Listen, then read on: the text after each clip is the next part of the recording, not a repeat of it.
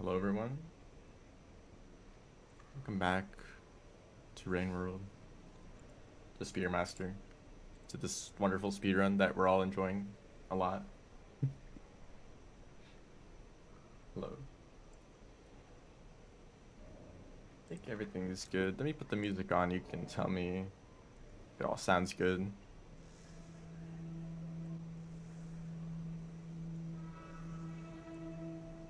That might be too loud. I don't know, you guys can tell me.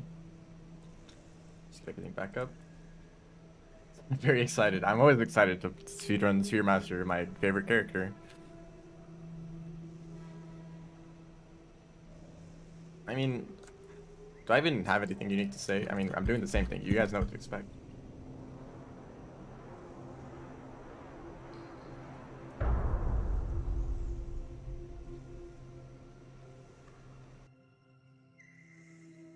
I did at least one run off stream that almost got to moon, but I died to the same blue lizard. So apparently that guy's a problem.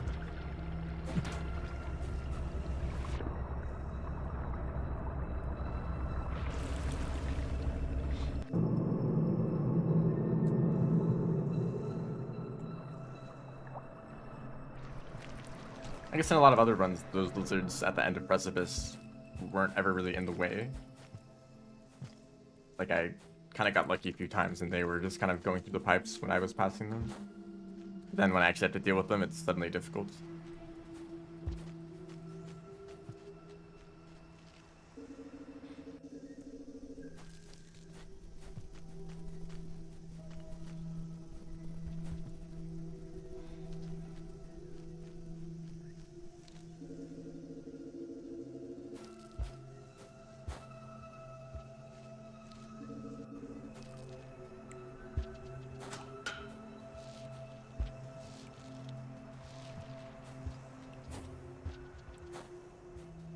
Unfortunately for Spearmaster, I made the mistake of getting really lucky early on.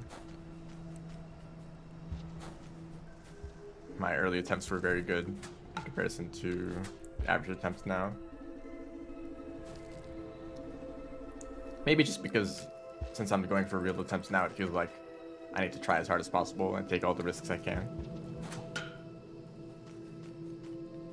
So I don't actually like try to stay alive at all. If I did prioritize finishing a run over going fast, then I could probably finish a run in not too many attempts. Explain Spearmaster, maybe.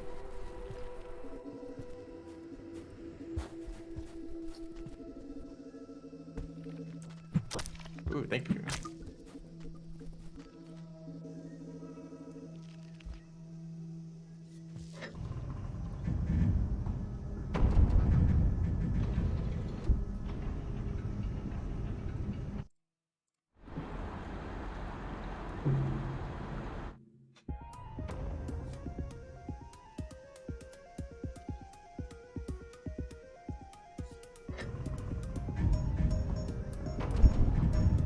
When I get around to the MSC percent runs, I'll have to relearn Spearmaster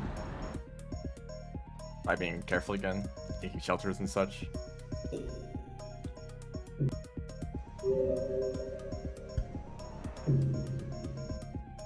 It's probably going to take a while to get there.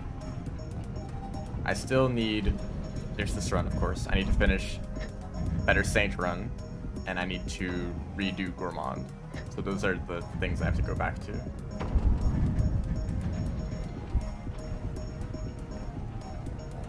I feel like, you know, if I'm gonna attempt the speedrun that plays all the characters, I should feel comfortable with all the characters.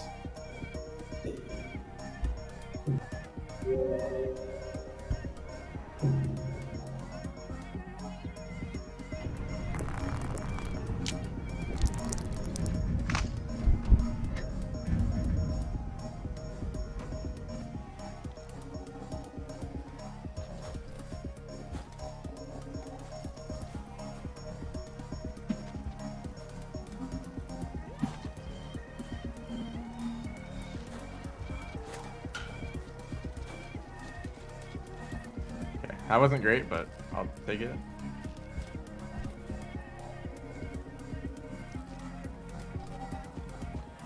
I mean, I wouldn't not take it.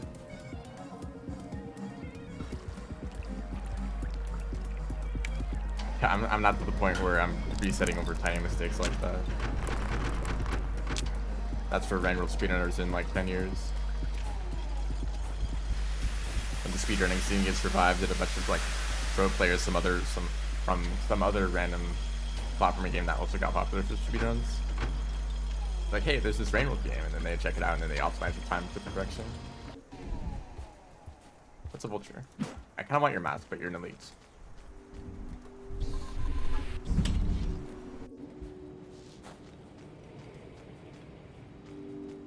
I think that if that was a normal vulture, I would have gone for it.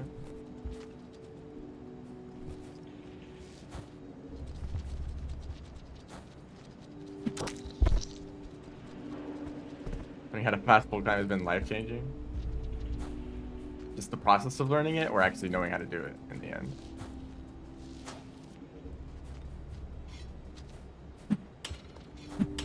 Probably shouldn't have thrown that. Hey, dude. This lizard's over here. Oh, that's the best spot for there to be lizards. So many.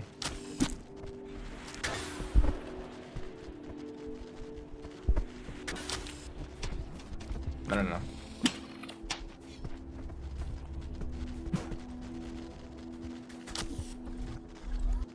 Get out of the way, stupid. Okay. And now this guy's here.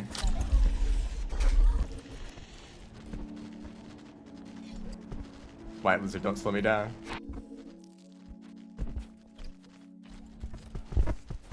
Yeah, average industrial. I mean, no. Average industrial is dying horribly.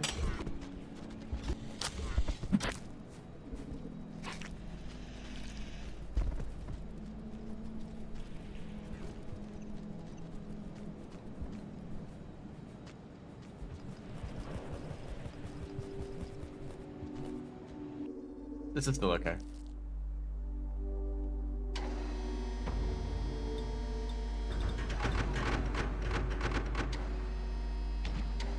And I can grind consistently. Yeah, there's a difference. There's a big difference there. Because you can know how to do it, but still it's a little bit risky to try to go for it. You could end up throwing yourself off the cliff by trying to fast pull climb. But once you're confident with it, you can use it all the time. Suddenly there's like twice as many rooms you can fast pull climb in.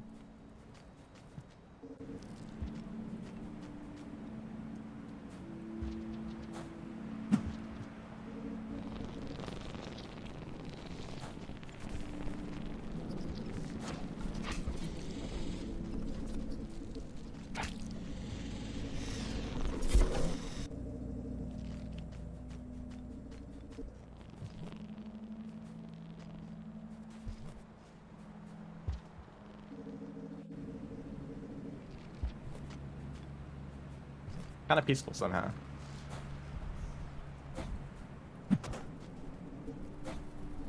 Is that a lizard over here?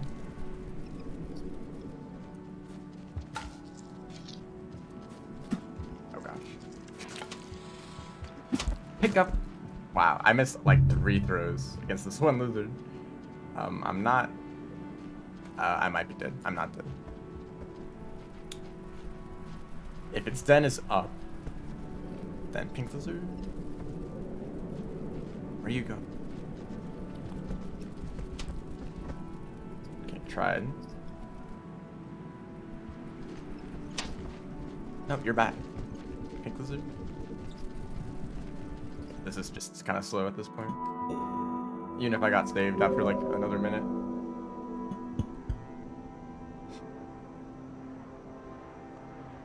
That blue lizard should not have been a problem at all, because you can easily hit them with a rock and knock them off. But I guess I missed like several times in a row, so. For some reason, I've been struggling to hit blue lizards, specifically. That's like 3 deaths so far that have ended to a blue lizard like that.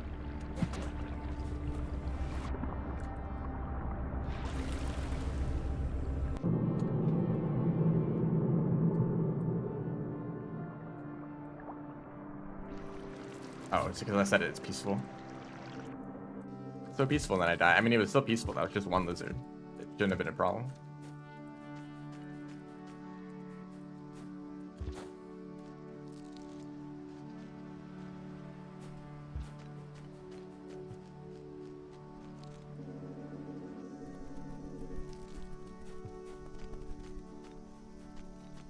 It's like if you're out like sitting in a forest just relaxing and then you get bit by a spider. I shouldn't have thrown there. I don't know why I did that.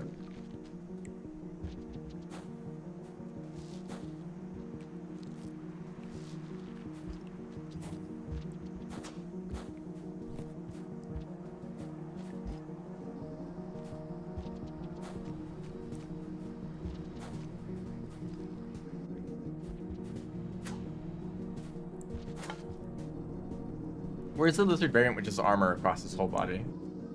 Not just its head. You just can't damage it with the spears at all.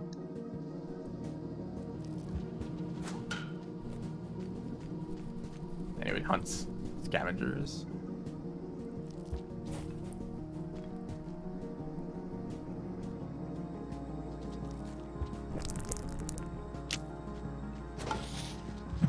I'm bad.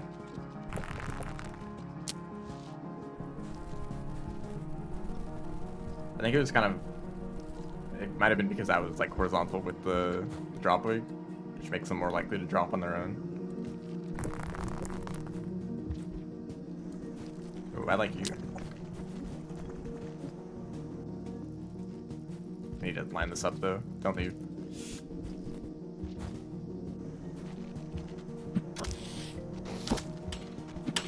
Okay, I just don't like this.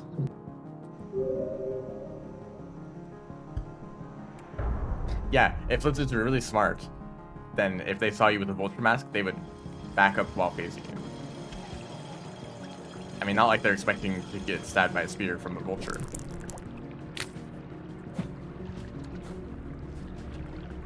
You know, it makes sense if you think about it like that.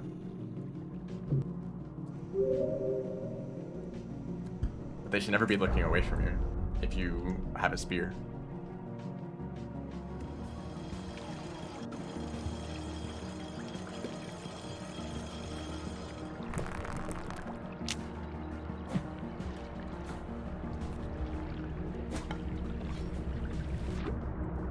Don't do that.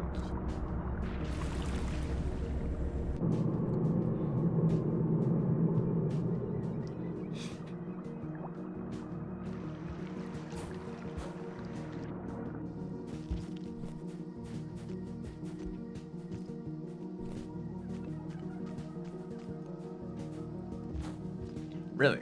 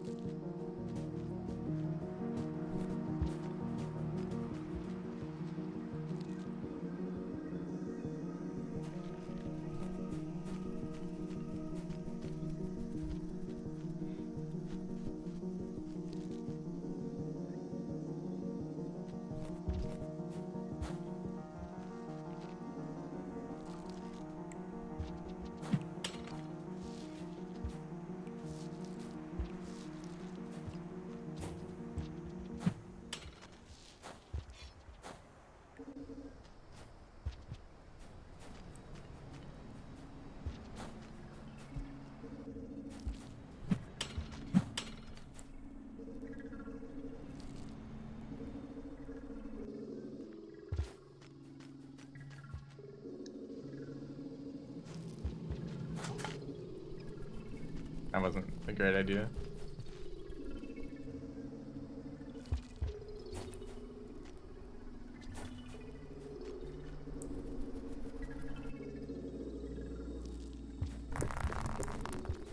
You know, I had a theory. A game theory, some may say. More about game mechanics, though. So for Spearmaster, you know you can't generate spears if you are moving, right? So you have to stand still. Excuse me. You have to stand still to generate spears, right? So you can do a thing. Oh, hello. Very unusual outskirts. Where basically you jump by tapping jump and some direction. And you don't press any direction inputs while midair. and you can generate spears while moving, right? What if the same thing works for Gourmand, right? Like, what exactly are the requirements for losing stamina? I mean, actually, never mind. That doesn't make sense at all. You would have to jump, and each jump would use way more stamina. But maybe if you had to jump, if you weren't holding any extra directional inputs, you could save a little bit of stamina if you know? I don't know. It would be really situational. But maybe, like, if you do a pounce off of a ledge, if you hold forward doing the pounce, maybe that uses stamina. Maybe, I don't know how exactly it drains stamina. You'd have to, like, do a bunch of tests.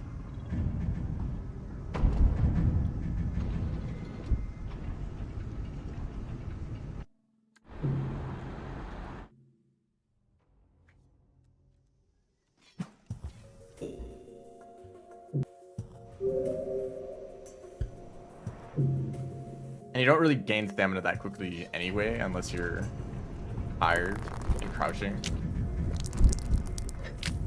Yeah, you wouldn't be able to do like the bunny hop thing that you can do as Spearmaster, because jumping is too expensive, but maybe something else could work.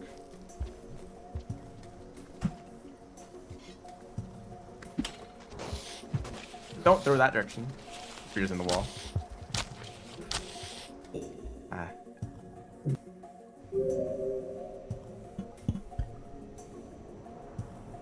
You know, you don't really think that these are a big deal. Like, oh, whatever, you know. If you die at the beginning of the run, just restart. It doesn't take too much time. But the more likely you are to die at the beginning of the run, the less runs you get overall for every time you make a mistake. It's like Artificer, right? Why is that jump hard sometimes?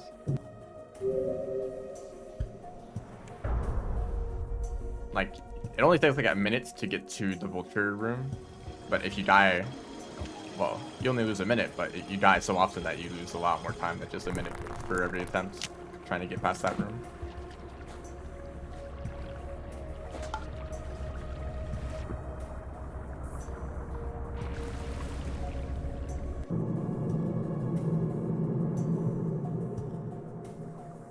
A 100th attempt.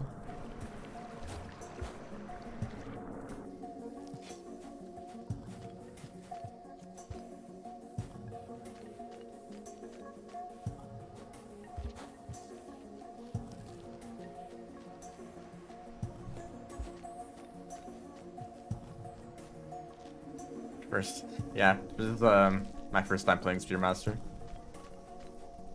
Don't do that. See, I'm making mistakes, so you know that I'm trying it for the first time.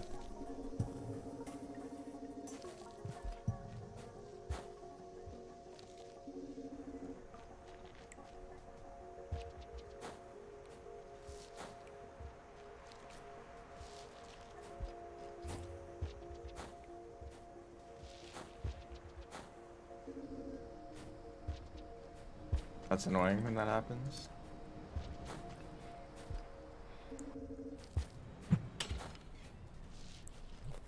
That's annoying too.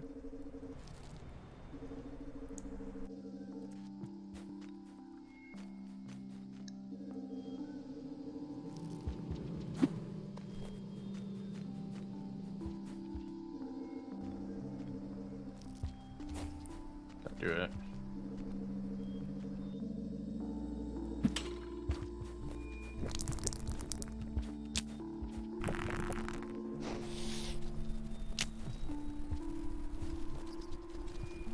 Try to attack me.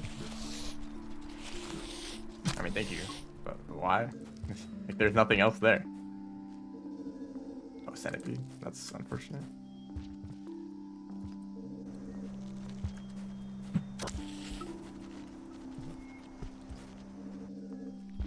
Is the music too quiet?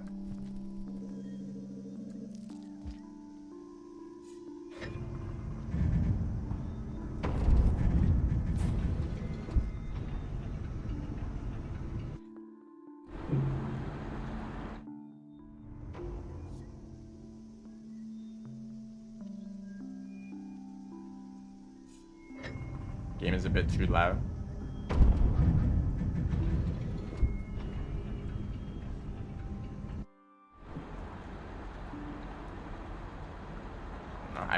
a few tiny changes.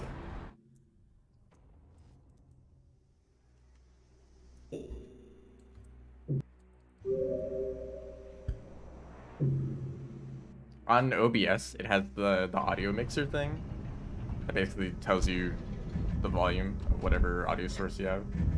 And it has like the green and then the yellow and then the red. And so I think the idea is that you want to have a volume where the loudest stuff is in the yellow zone and you don't really want to go to the red zone because then at that point it's too loud. But if I just try to increase the volume, then everything just goes to the red zone immediately.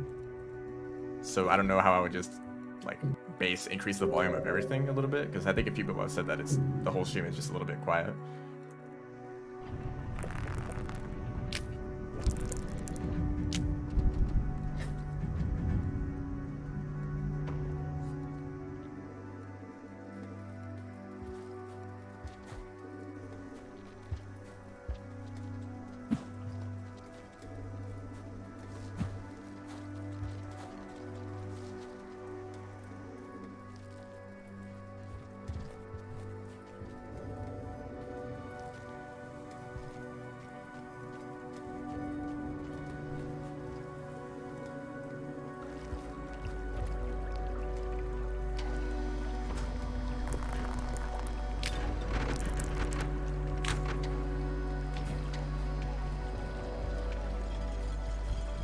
What if there was a Randworld mod where you just took pictures of stuff?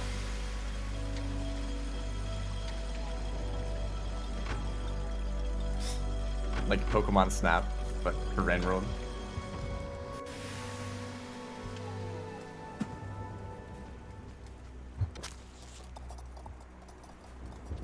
Although, I don't really know anything about Pokemon Snap, so I don't know what the gameplay is like other than you take pictures of stuff.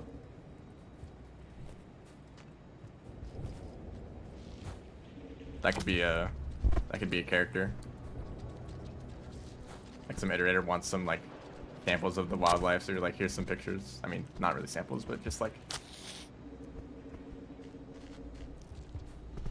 I don't know, they're doing some sort of research and they want a slug cat to go out and take pictures. That's a funny idea. They probably have overtures to it, obviously, but you know, you gotta come up with some kind of stupid example for modded characters. Please don't fall. I don't know why that's always so difficult. You either climb back up onto the ledge or you immediately fall down to your death. I mean, it's not death down there, but for the speedrun it basically is.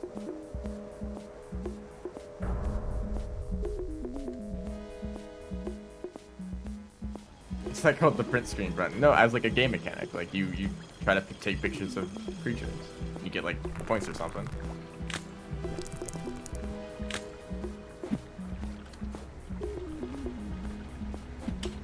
Why do I do that? I don't know what's up with that jump.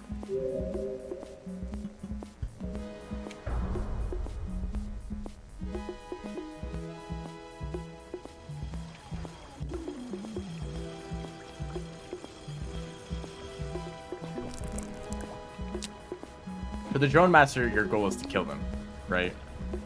You kill them and then you scan them afterwards.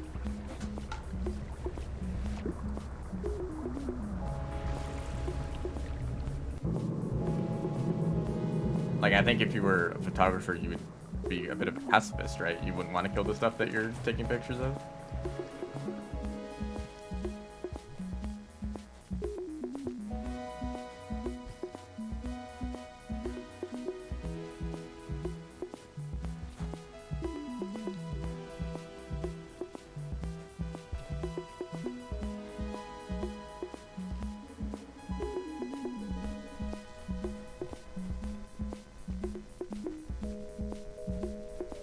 It'd be kind of like Gourmand's food quest. Like, you'd want to get pictures of every creature in the game, or at least most of them. Maybe something like a stowaway would be too obscure.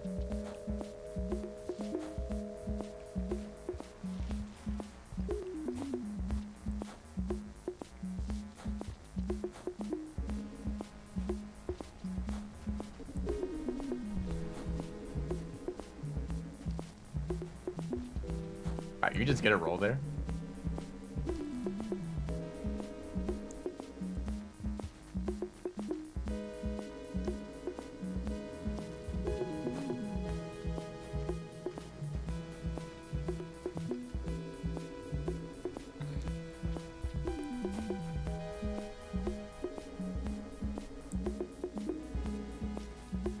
That's wonderful, but also kind of not surprising.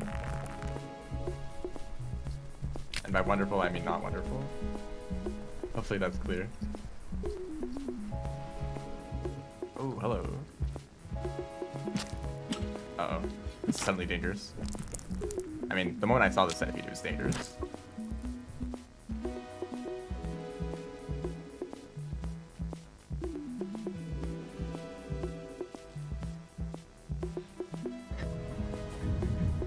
I mean, I'm sure there's lots of wonderful people who don't interact with the animals in any way. Or at least try to avoid as much as possible.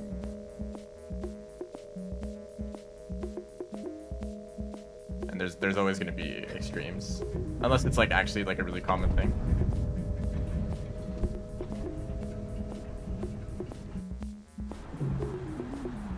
Speaking about something that I have absolutely no knowledge of at all, so...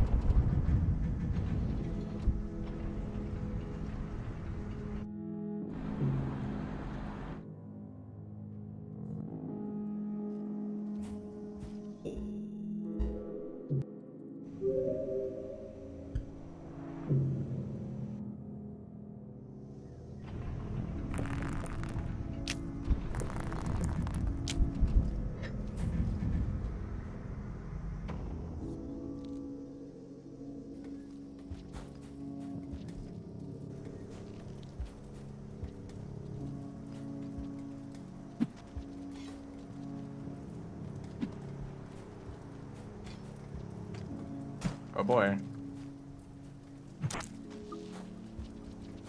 That was unintentional.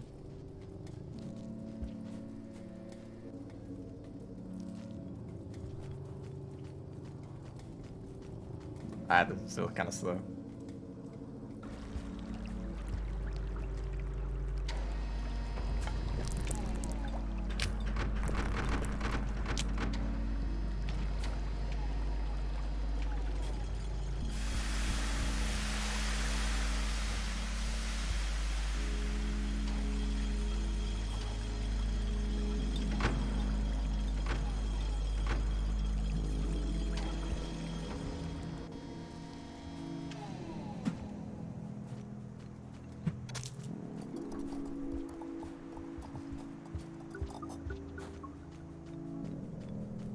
Yeah, I mean, I suppose that kind of stuff happens in the wild all the time, and we just never know about it.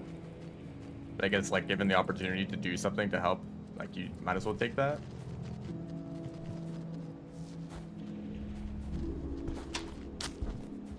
That's just luck. Yeah, I don't know. Maybe interfering is never a great option. Or maybe, like, you might as well do what good you can, you know?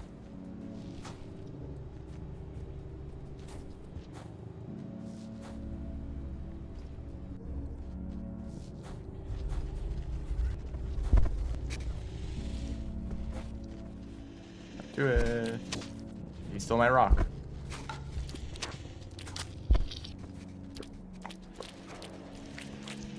Move.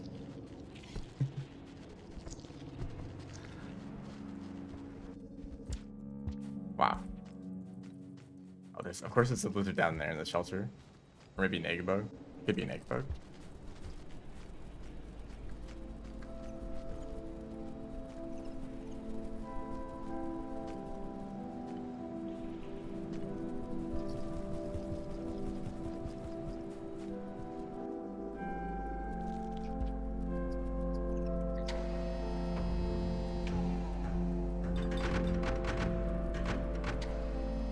I mean, I think the idea with the plastic stuff is that since it's something caused directly by humans, then humans should also try to help if they can.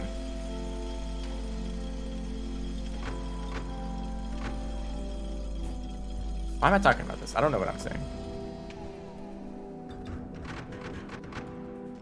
I'm playing Rain World. Low vulture. Honestly, why not? Hey, dude. Sorry, egg bug. Collateral damage. That was just about the worst throw I've ever done.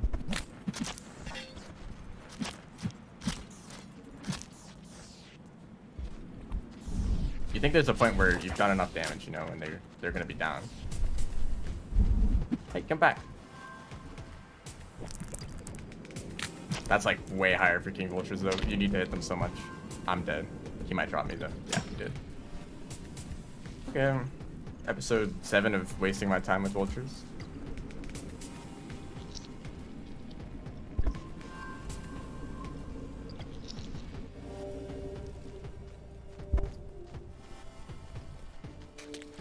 Episode 7 of me dying to the Spook Lizard began. Get the notify.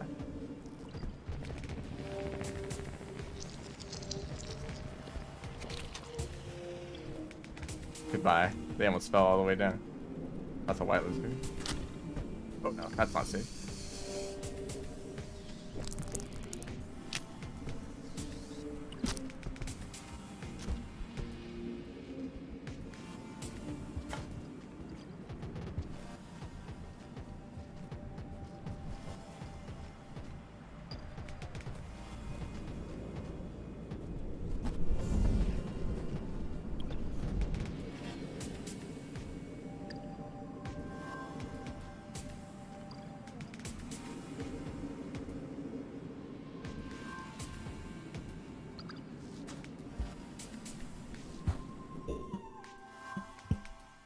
Been a while. For a few days I was doing AI hops consistently without any whiplashes, but I guess that's over now.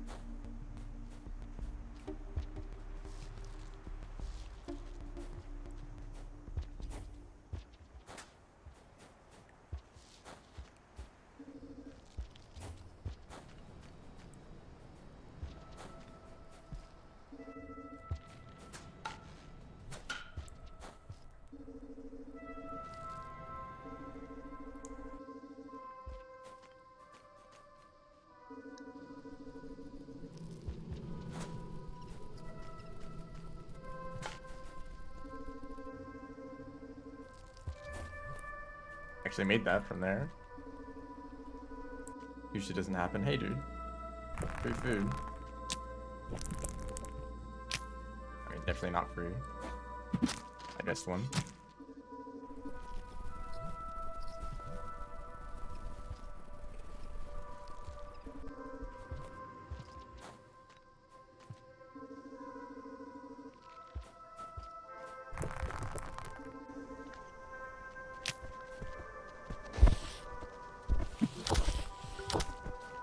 Okay, fine.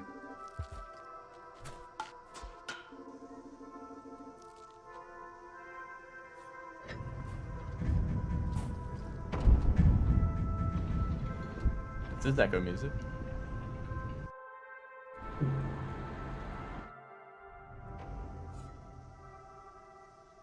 This was the song created before Downpour, right? I mean, I can check right now. Yes. This wasn't made for Downpour. It is used in Downpour. There's a bunch of leftover songs that weren't used in game, but then were added to Downpour. I kind of wonder what were those songs originally intended for.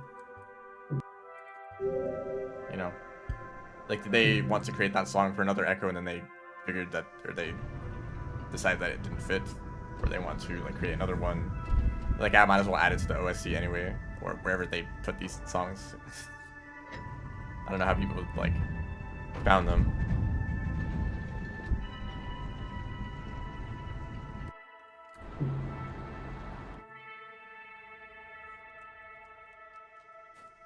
Maybe they just did create like more Echo songs than they needed, and they're like, well, we're only gonna have this many Echoes in the game, so we're not gonna be able to use all of them. Or maybe they had it. I don't know. I don't have too many theories. I wonder if they'd be happy with the way the songs are used in Downpour now. Like, I guess the Echo song is used for an Echo. That seems pretty obvious, right?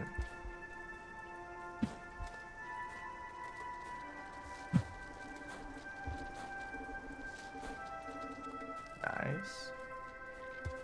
There's plenty of other random songs that aren't related to anything significant, just like an Echo, or maybe the Void Sea. There's a decent amount of music that's kind of connected to the Void Sea potentially, or Depths in general.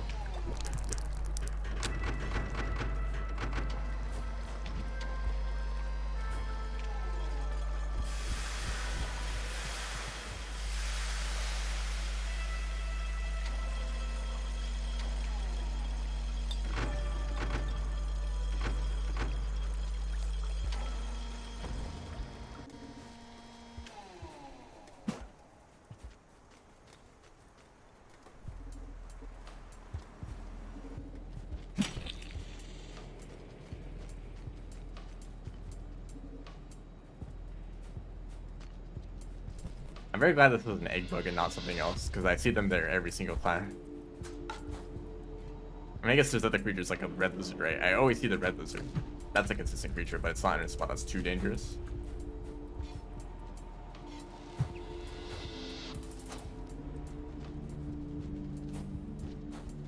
Thank you.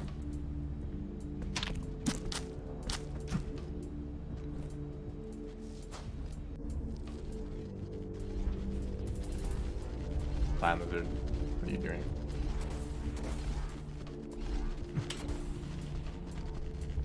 Okay, least attentive red lizard of all time. I expect the moment I'm within like half a screen's distance from a red lizard, I'm like already dead, you know?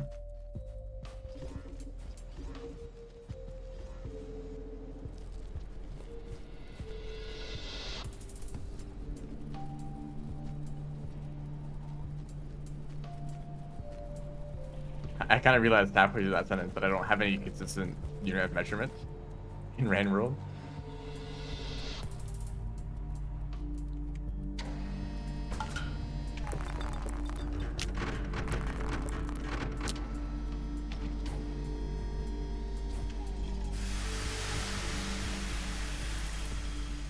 Maybe like a third of a screen instead, horizontally.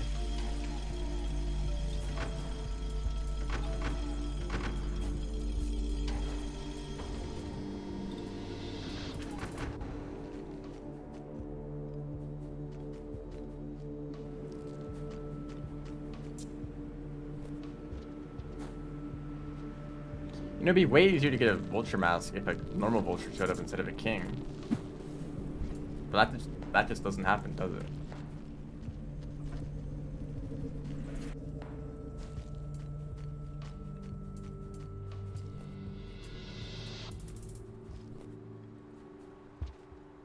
Should probably stop checking for the drop wig when I'm making that jump across.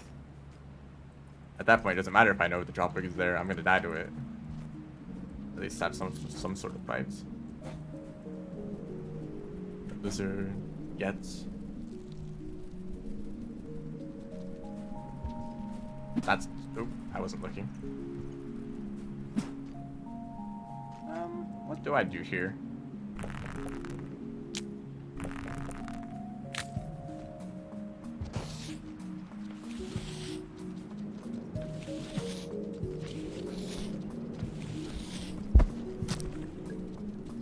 Okay. It's pretty hard for droplets to catch you when you're moving up, because they'll stop to leap at you. Same with spiders. They'll stop to leap at you, and then they're not moving up, and then they're gonna jump and then fall down. That's better. It happened a lot in Riv runs. I mean, before I introduced some pull hops to the top of the gutter.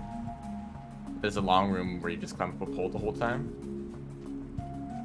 And there's spiders in that room too, so if they chase you up, they'll just lunge at you and then immediately fall down.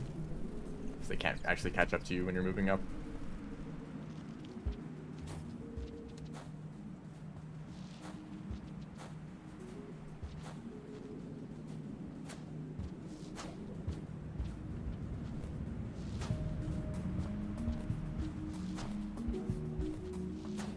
Kinda wanted to use like explosive spear there.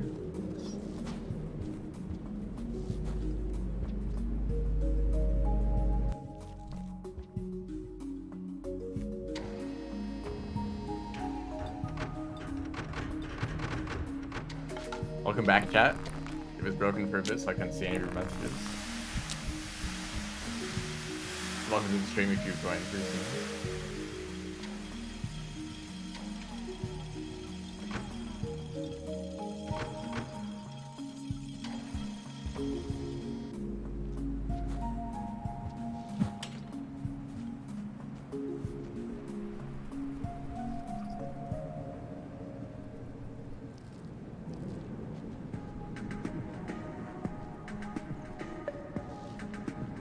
Yeah, alright.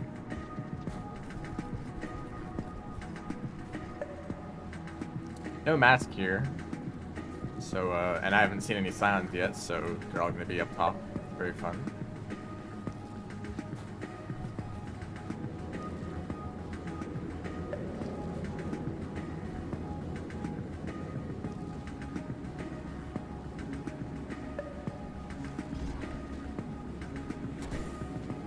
Luckily, they pretty much never go down this pipe, or this tunnel. They always go around the left side.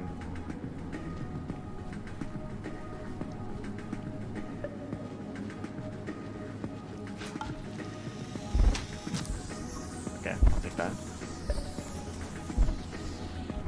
Bye. Luckily, a single spear is pretty much all you need for a scion. If you can aim.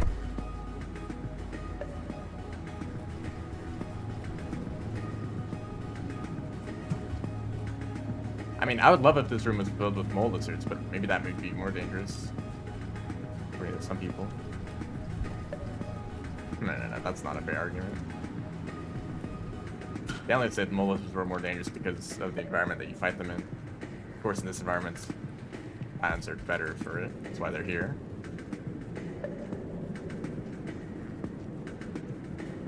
Although I feel like if there was scions infiltration, that would actually be worse too. They can actually see you. I wanted to pull hop there. I almost died for it. It's cool.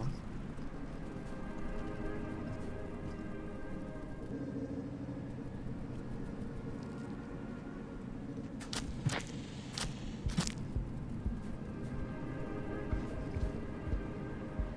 think that was actually a fast fall I did there on accident.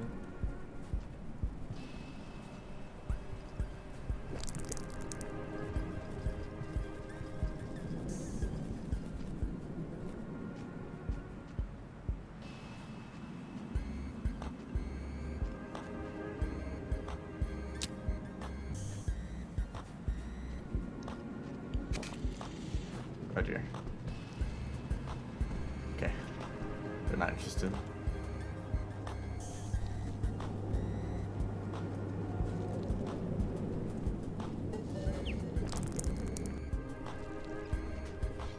Yeah, let's drop that one instead of picking it up. Job control scheme.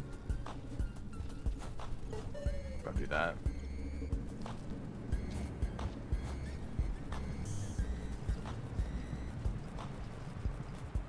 You know, I'm thinking, I thought about the challenges before, not the ranked world challenge, or the ones that are in game. but the what are you doing? The community Discord challenges, which I actually started streaming with. My very first Rain World streams were doing a bunch of Discord challenges.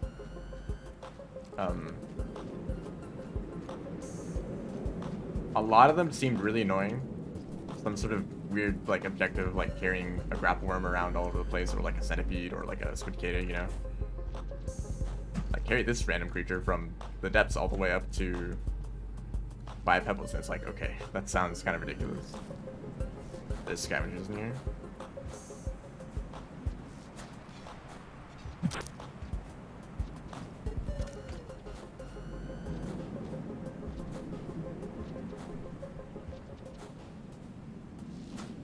I don't know, maybe I'll go back and try those challenges when I'm done with speedruns. Well, I don't know how done I'll be with speedruns, but once I've completed most of the main things that I want to go for.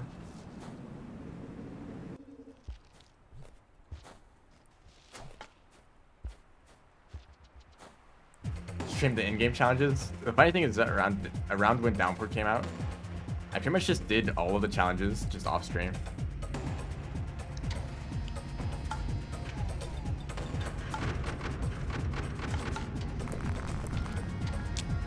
I've done a few speedruns of the challenges, like the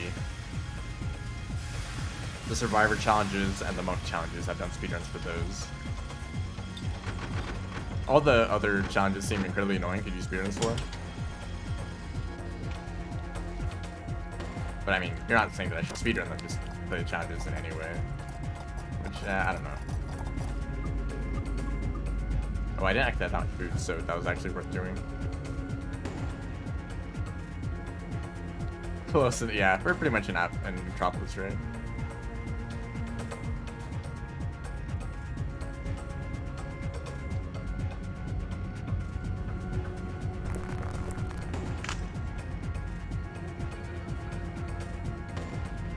That was perfect.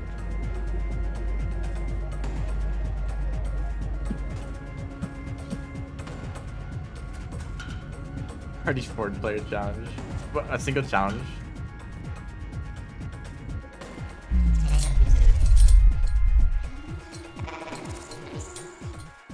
People always say that they're excluding challenge 70 in any speedrun. Like, it's too unreliable, it's too difficult. Are you scared? Why don't you practice it if you're good at it, you know? Surely someone could get good enough at challenge 70 to beat it consistently.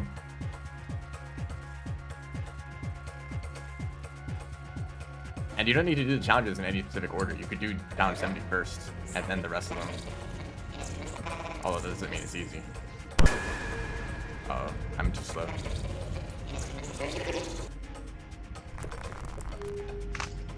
Just painful to watch. Hey, Pebbles.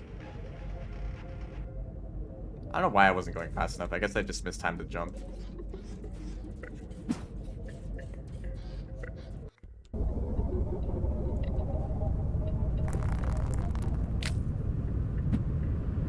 Yeah, actually, I think I'm good with the 4-player challenges. I've done enough of that. Just like in my life in general. Like, you get the idea pretty quick.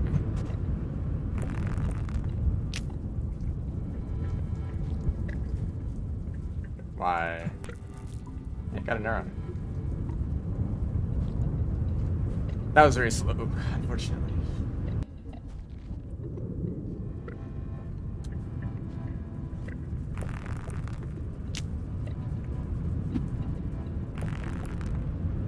So you get to hear random gods. It's not even on the playlist, sorry. It's like way louder than every other song in the OST, so it would be kind of a jump scare every time it played.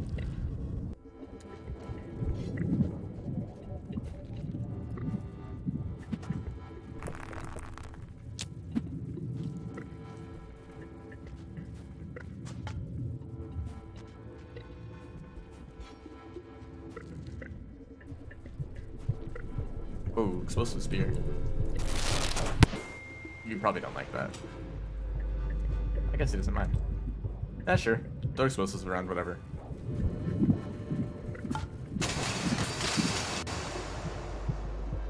Yes. My magnet hands picked up that rock.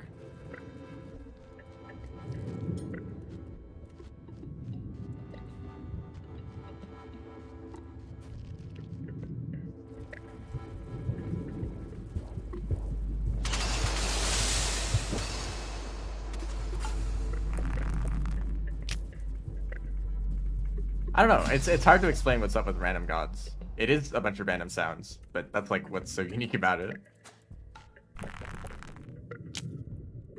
I mean, there is a portion of the song that is kind of just random noise, but there's also a portion that does have a melody in there somewhere, which is like really good. But there's something still there's something so great about the rest of the like the more chaotic parts. It's like that's exactly the point of the song.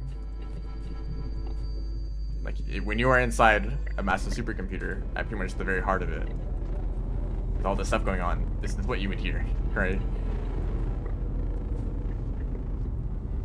And because of the way the song always plays in that room and it fades out in and outs as you move, I feel like it actually like it's the most diegetic song in the whole OST.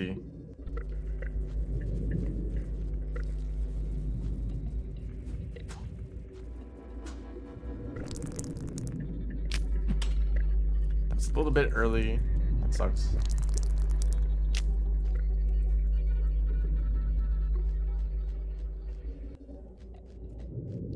Which is partially why I don't really like the version for Moon. When you're close to Moon. You know the song that I'm talking about. I don't like that one because it sounds quite different. And I would assume that most iterator structures would sound roughly the same. But they made it quite different. Which, I mean, it makes sense to make it different thematically for representing Moon, right? Compared to Pebbles. But I also assume that there's some amount of similarity just between iterators in general.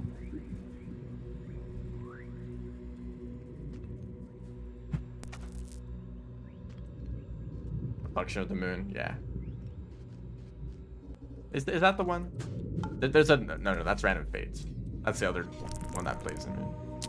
Why are you picking up spears? They picked up one spear just to have it, I guess.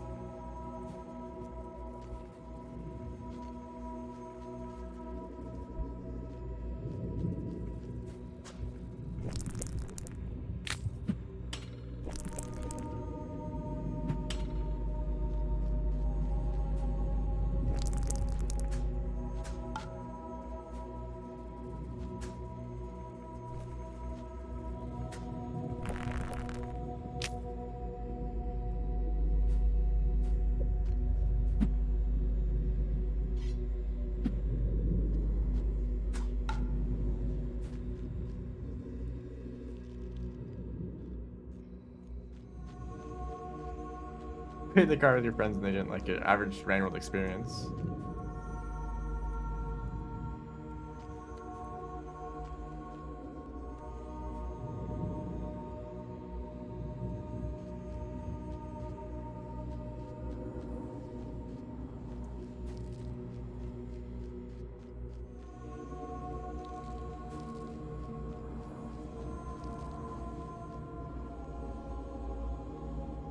Unfortunately, you never really hear anyone talk about the Rain World OST outside of the Rain World community, which, I mean, makes sense.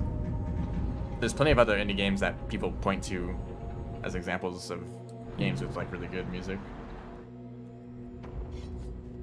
And usually it's not Rain World. Although, Rain World fans kind of show up everywhere in discussions about indie games. Like, hey guys, do you know about Rain World?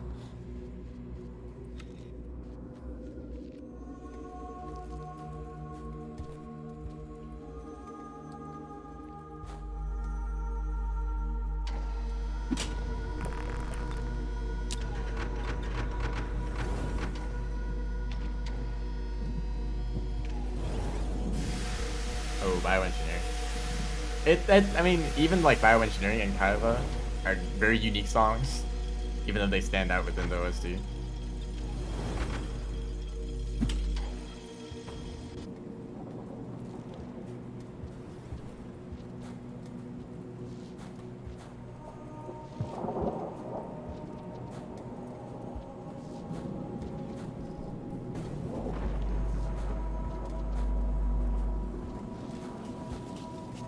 They're down there.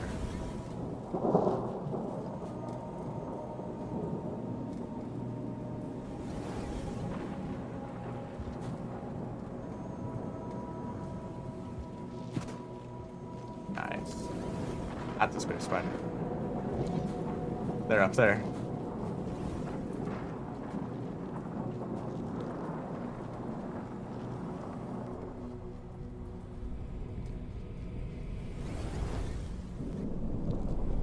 mean, I hear people talk about games with really good OSTs, and I hear the music, and it's like just like generic orchestral stuff, and it's like, yeah, I mean,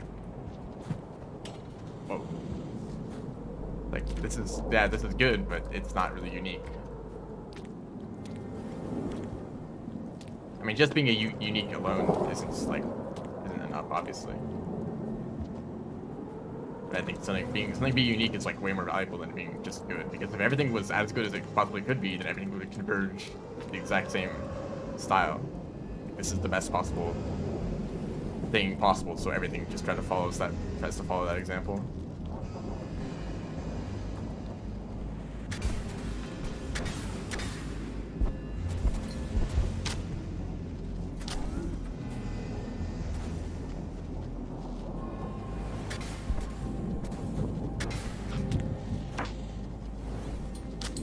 Nope, there went the spider. Oh, he got me, didn't he? Yeah, man. Times are fast. Drop wig? No, I'm too far down.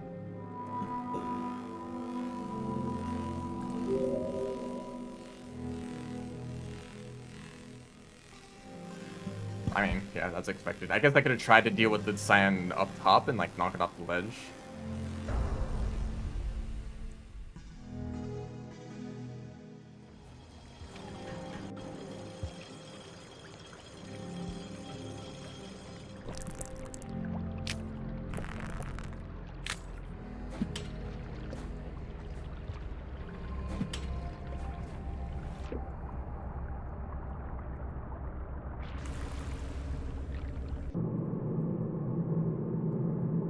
I mean, have you seen what Spearmaster's going through?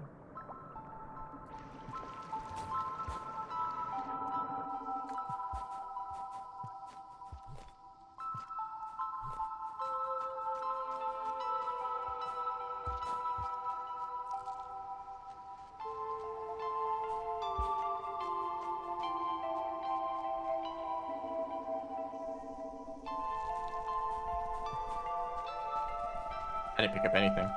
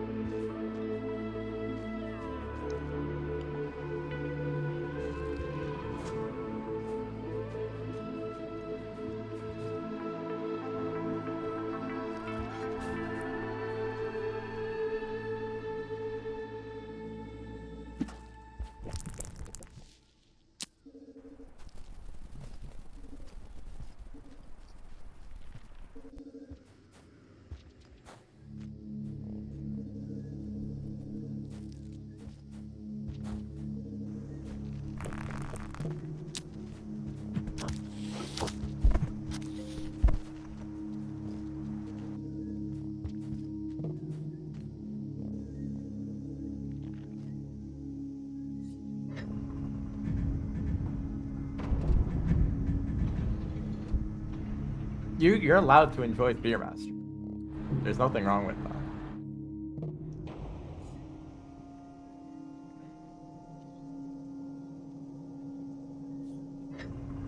that. They're a fine character. Most of my problems with Spearmaster are with their campaign. And I guess the way that their design interacts with the campaign. Spearmaster in a different campaign would probably be totally fine.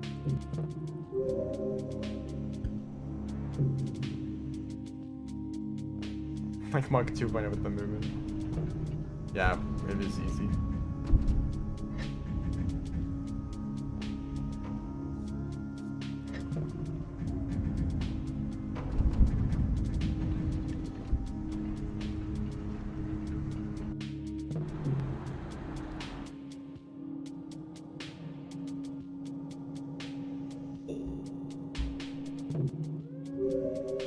There's a lot of there's a lot of Rivulet fans, but not many Rivulet speedrunners. Actually, no, there's just no speedrunners in general. All the speedrunners are like Hunter fans. Well, I mean, I don't know their opinions of the downpour characters, but I know that they like the Hunter speedrun. That's like quite a popular category.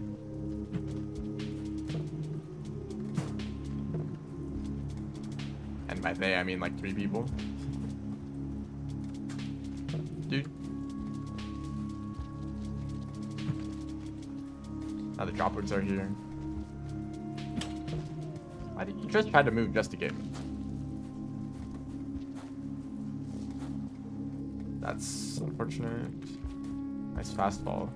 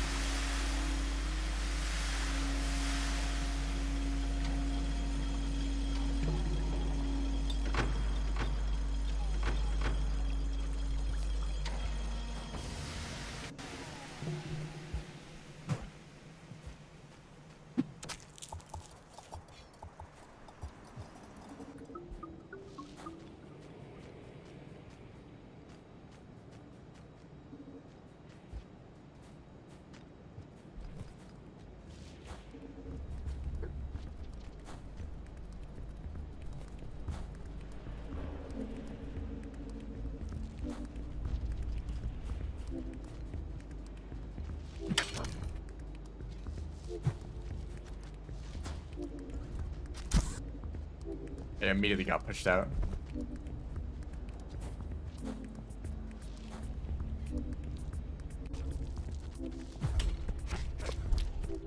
Oh no. Yeah, I mean.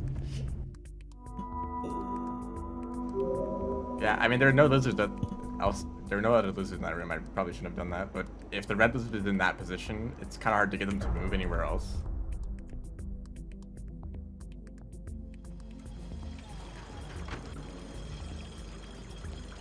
I can't ever imagine wanting to play Gourmand more than Rivulet.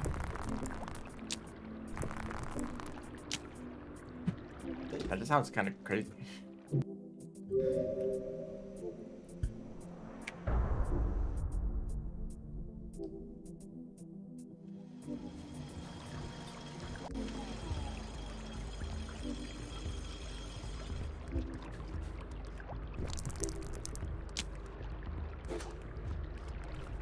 And okay.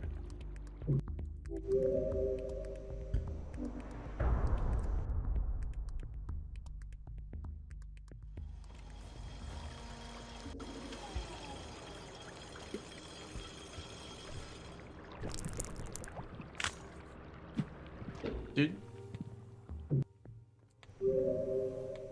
I think that people normally point to the stamina, the exhaustion for Gourmand, which I mean I also don't like.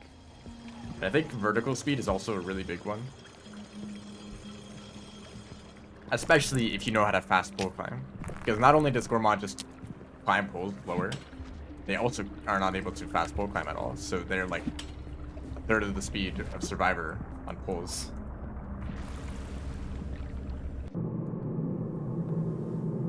The exhaustion isn't an issue if you know what you're doing. The exhaustion is never helpful. You never want to be exhausted.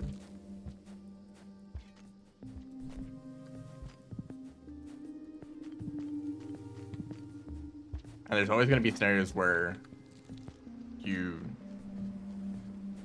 are exhausted and you're not able to do anything about it.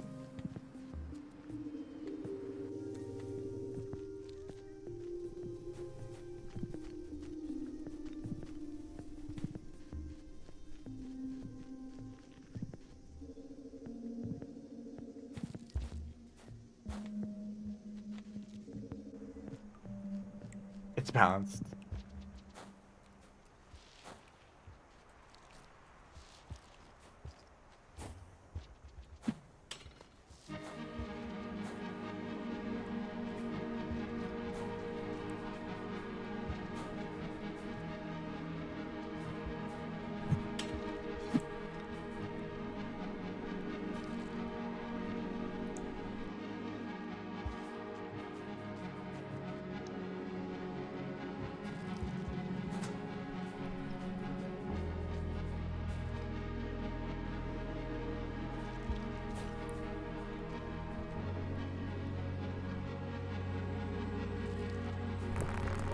I suppose so. Like, balance is not really important at all. Like, Hunter is just, like, objectively better than Survivor, if you ignore, like, creature spawns. Just, like, the character on its own, their stats and abilities, Hunter is just better.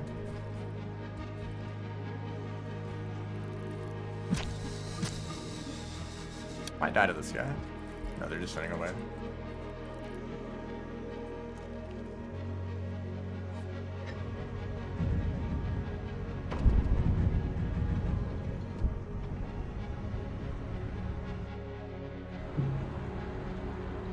I mean, personally, I have like a ton of complaints about Downpour. There's like 1,000 little things you could change about it, and 1,000 things that could have been done entirely differently. 1,000's maybe an exaggeration. It's just maybe there's not 1,000 things. I mean, maybe you should count, depending on what you count. But there's a lot of things that I think could be better with Downpour, and I still enjoy playing it. Like, it's still Rain World, you know.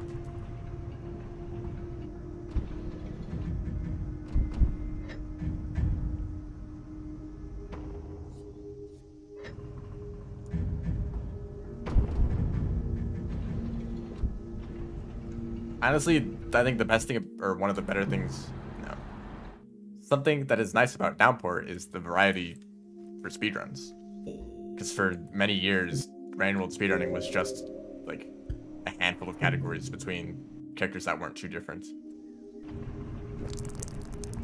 And with Downpour, suddenly you have an incredible variety of characters with their own abilities and their own strategies and different routes that you never, or regions that you never go through before, you know? It actually makes it interesting to try to speedrun all the characters, you know? So like that really helps with like motivation to like keep speedrunning for a long time. Come on.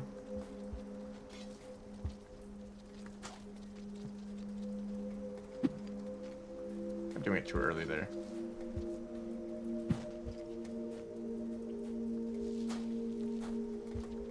Like, I was interested in speedrunning Rain World before Downpour. I did Pebbles percent, but like, if it was just Pebbles percent, that was like the only category that I was interested in at all, I would get bored of it real quick. And honestly, that's like the nice thing about Downpour, you know, it's just a bit more Rain World, you know. Maybe you don't like it, maybe there's things that can be done better, but if you enjoy Rain World, you're gonna enjoy playing Downpour at least a little bit, you know.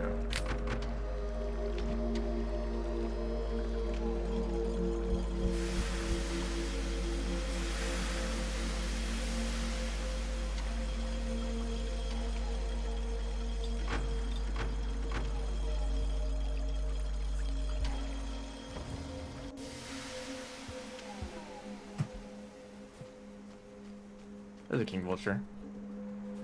Pretty high up, so.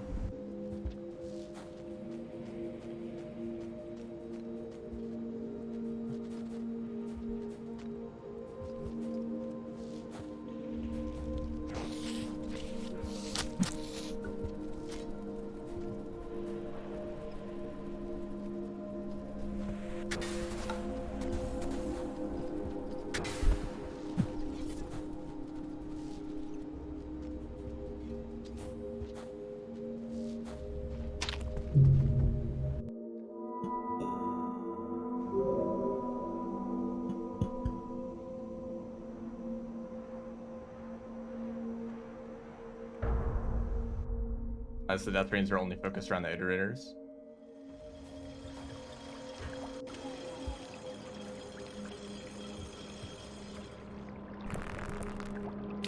I mean, if you think about it, from the top of the tree in Outer Expanse, you can see Pebbles is still very close to you. Like, you have not really traveled that far away from Pebbles. He's still like by far the closest iterator compared to all the others. So that suggests that there's like huge like swaths of land that are just like kind of unaffected by the rain. It probably still rains a lot, you know, but just not lethal. So the like dangerous part of Rain World is only in these little small clusters around the iterators. Kind of makes you wonder why the ancients didn't just like settle around there.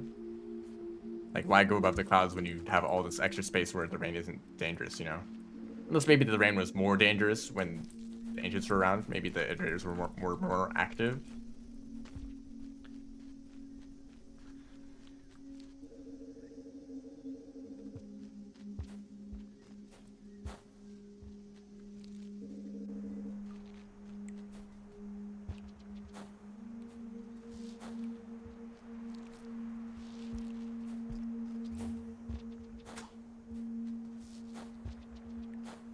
Have we just started inviting random complaints about Downpour now?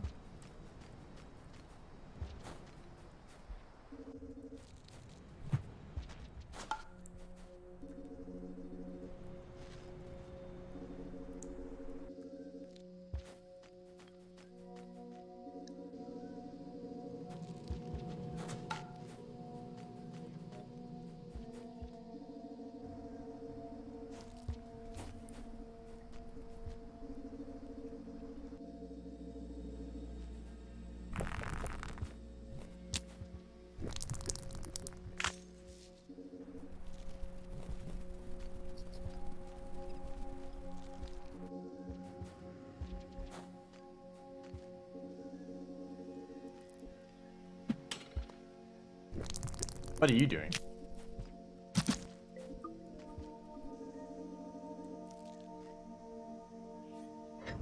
I kind of wondered, what if Downpour never became an official thing and it was just a mod the whole time? It never became like an official release and DLC, and it was just uploaded as a mod you could just download. It would probably be mostly the same content-wise. Maybe there'd be a few things that would be a little bit more out there, you know? But I think it would get a lot less criticism because it would just, oh, you know, it's a mod, you know, it had its own story, it has its own developers. And some people assume that because it's official DLC, the original devs were involved with it somehow.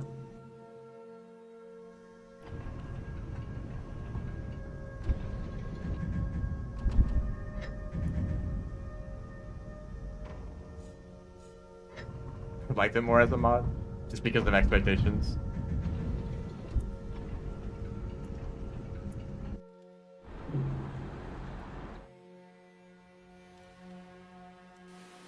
You know, since Downpour is technically a mod, you know, let's make some very wild comparisons here.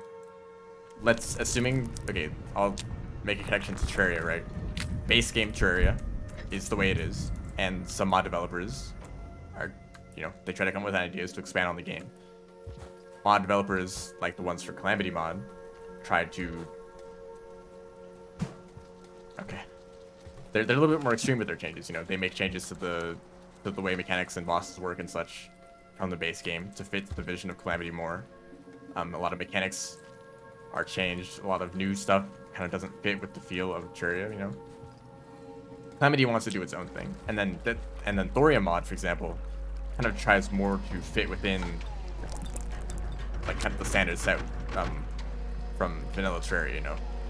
It doesn't really change the mechanics at all the new content added tries to stay very similar to the feel and like the arts style of the base game, you know. Assuming that Downpour is the Calamity of Rain World, which is a very strange sentence I just said. Assuming Downpour is the Calamity of Rain World, you know, there could be a Thorium of Rain World, completely separate from Downpour, with its own lore and story that expands upon base game while trying to stick to the original themes as much as possible. Now, compared to Calamity, Downpour isn't as much of a change. You know, like, there's not many base mechanics that are, like, drastically altered to fit a new vision, but there's definitely some differences, you know.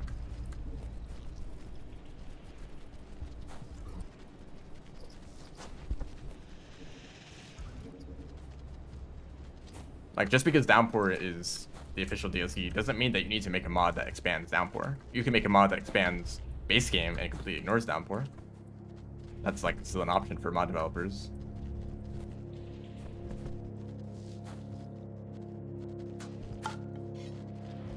Okay, guys. Ooh, perfect. Downpour, I feel like also is like the 5 campaigns is actually partially a bad thing.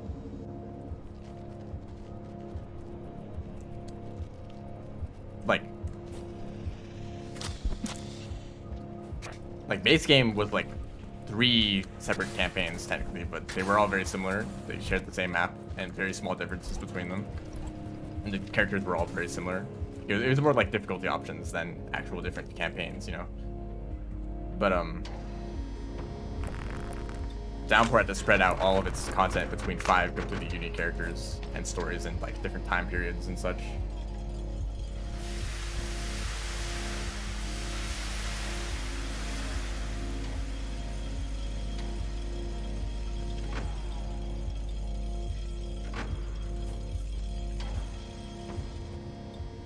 A DLC absolutely could have just added a single new character and a single new campaign that actually, but with the same amount of regions, you know. So what does Downpour add? Like Pipe Yard, Metropolis, Outer Expanse, Submerged Superstructure.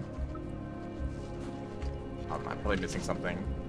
Plus, like, you know, Silent Construct and the Ross, you know, areas that are completely different but are like a variation of some other region with a bunch of changes.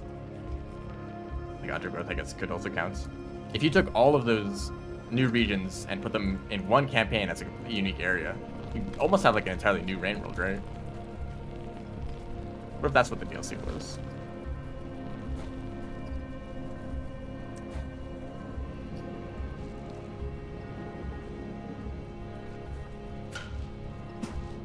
Man.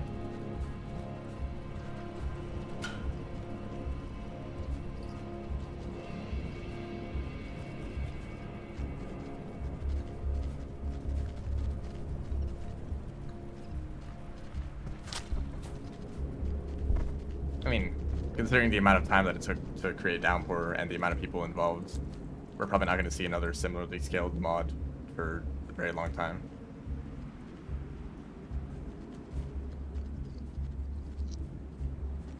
At most, probably another like Downpour-like campaign.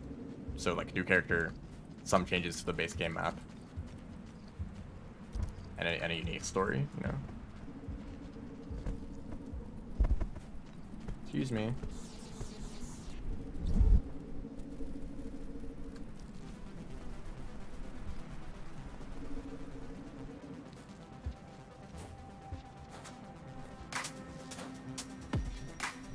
Yeah, Downpour absolutely does a lot of things really well too. God, he almost like actually aimed correctly.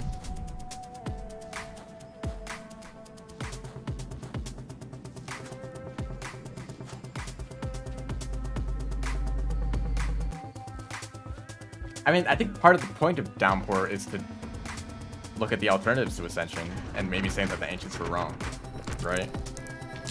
Okay, maybe Ascension isn't the most important thing in the world, and maybe there's like alternatives.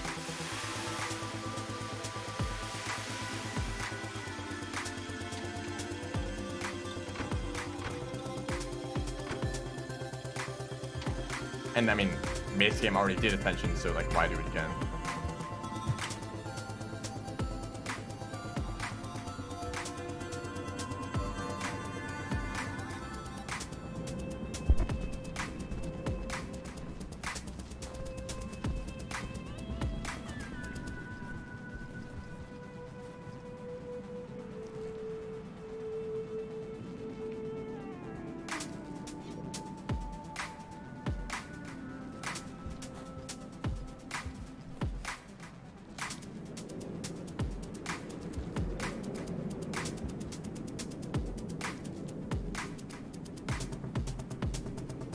Deadlands is in the works. They're actually doing that.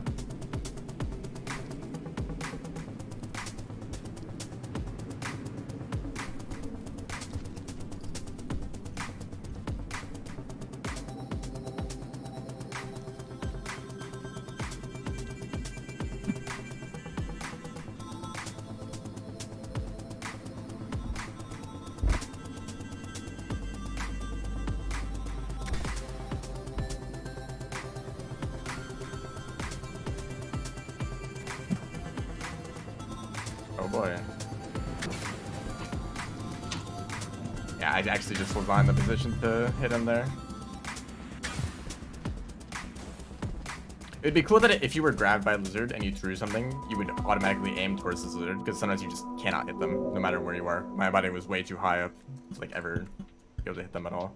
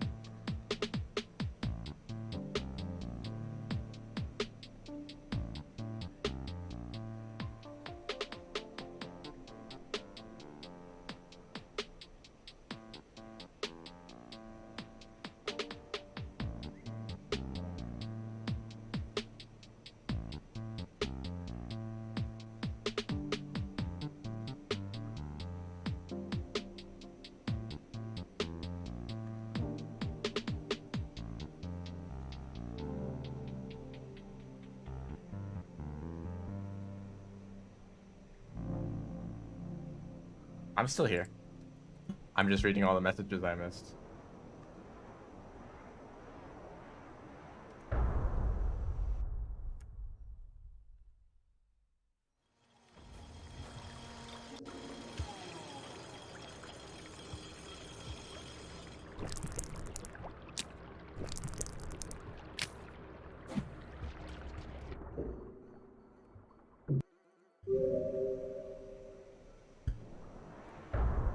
You know, maybe it's...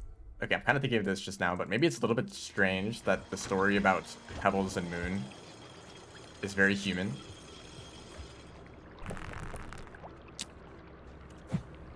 Like, Pebbles made a mistake that causes Moon to get horribly injured. Pebbles, and because of that mistake, also Pebbles injures himself. He gets the rot. Then he sacrifices himself for the sake of Moon by letting Rivulet take the refraction cell over to Moon. Save Moon's life. There's probably some story you could make with humans that follows roughly the same plot, right? And yet, like, the whole point of the iterators is to find a solution on basically how to die. I mean, I guess the point is like how to die effectively and not like slowly and painfully and probably not completely either, you know?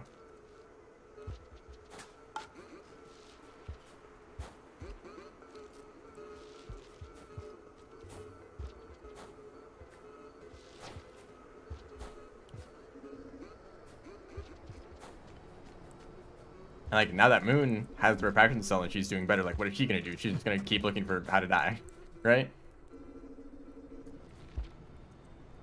And it's all pointless. In the end, we learn that there's no chance of them ever finding a solution anyway. So it's like...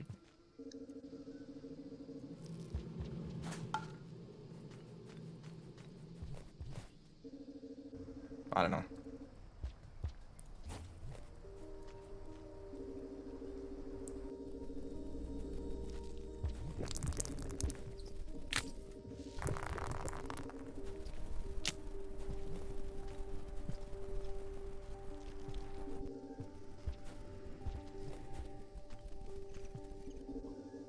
I guess like 1% of the iterator's processing power is spent on that interaction, and then like the other 99% is still focusing on trying to find a solution for the problem.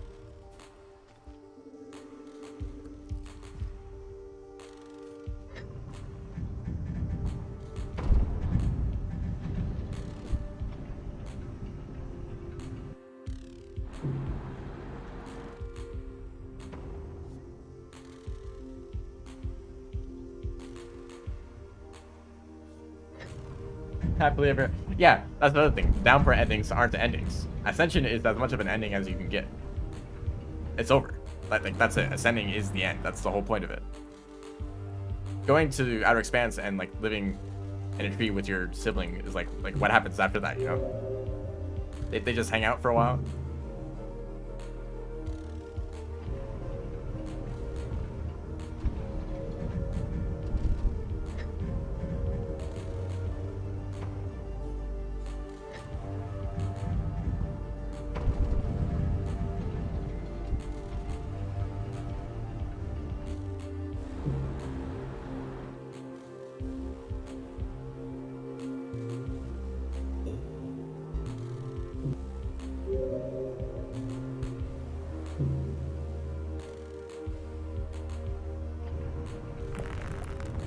I guess it only really works for Saint because the whole point is that they don't really have an ending.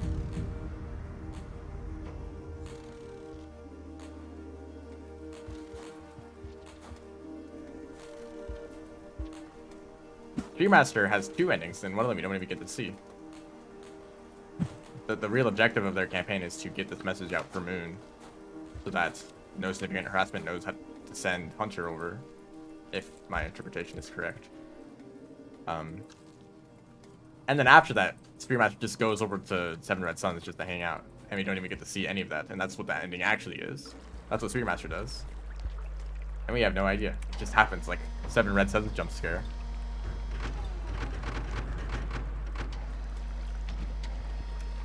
What do you think the hardest thing in the game is?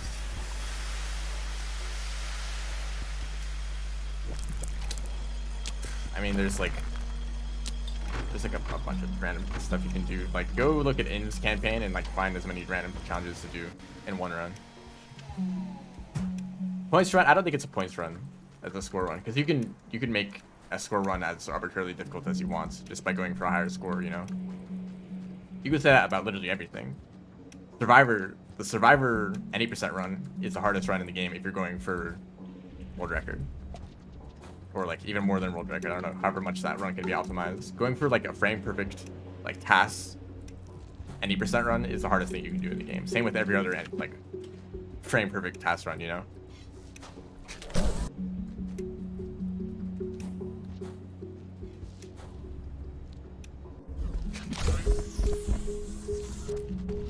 It would probably be some like I'm actually alive.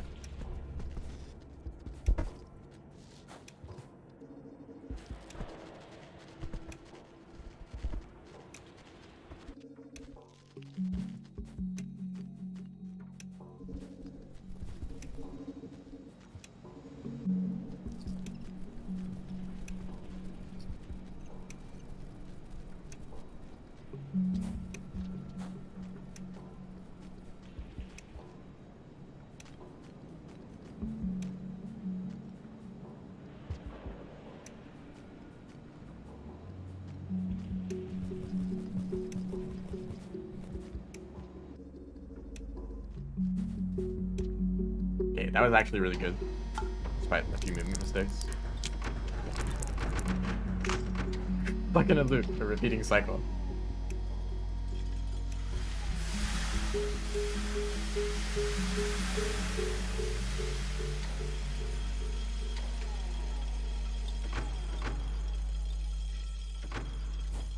Just prefer enjoying the game. Downpour is good.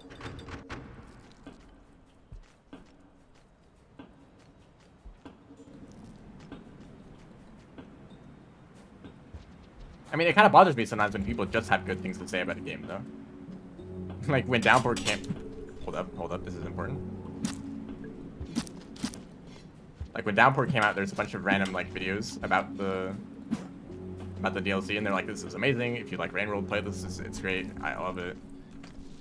And yeah, Downpour is pretty cool, but there's also a lot of problems with it and a lot of conflicts with the original game. You know, there's more to say about Downpour than just it's really fun. And I suppose like in like a review of the game or in a recommendation, like you're gonna say good things about it.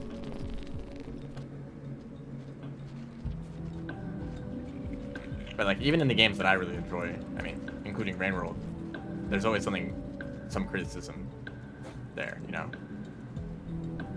And picking apart the small problems with the games that I like is something that I enjoy doing. Now I'm really at the Spearmaster.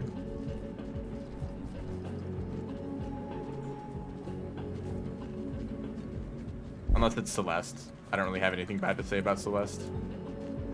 It's probably like the closest game to actual perfection that I know of.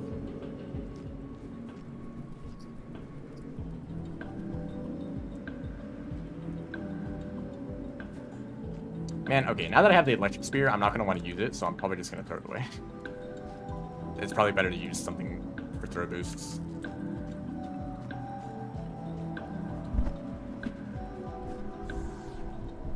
Okay, I see something I could have used it on. Never mind.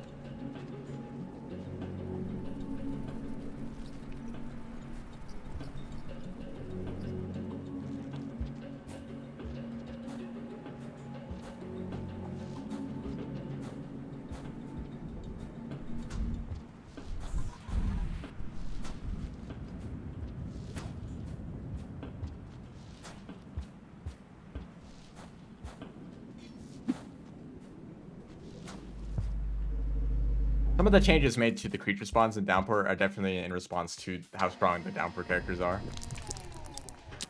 Like, oops, we accidentally made Spearmaster and Artificer too strong. Time to add more Red Lizards and King Vultures.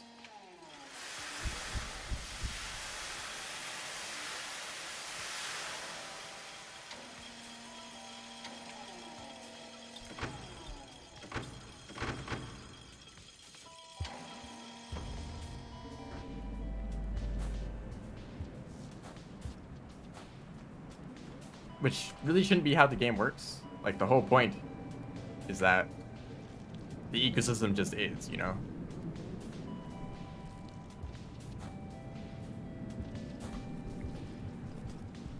It's not designed around the player or as enemies, but for some, like, of the harder campaigns in Downpour, that's kind of what they are exactly.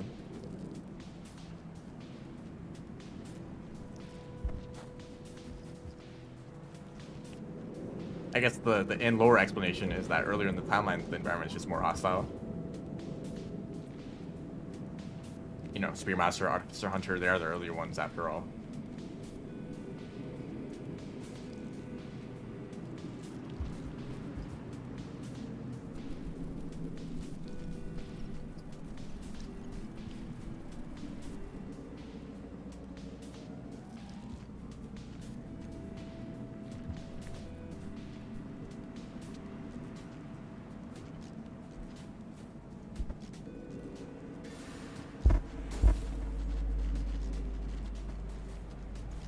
But yeah, why are the... Okay. Finding more things to complain about in Downpour. All the orange lizards in Riv's and Saint's campaign don't make sense at all because they literally end up in places they don't know how to navigate in. Like, there's orange lizards in Shoreline. Like, what are they doing there? They don't know how to swim. Oh, that's wonderful.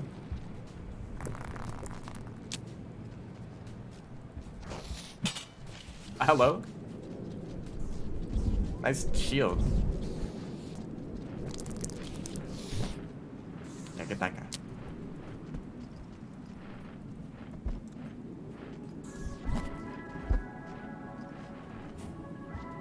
Why are you like this? Wow, least effective vulture ever. Goodness. Oh, you can do that pull off. That's cool.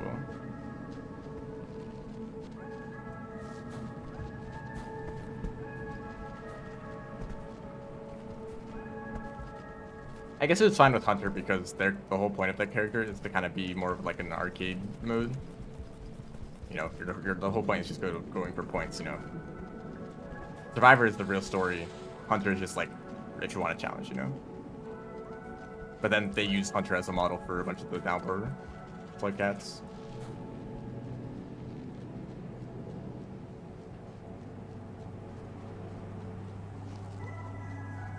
Which I kind of disagree with because a lot of people like played Survivor and they're like, I can't do Hunter. That's way too difficult, you know.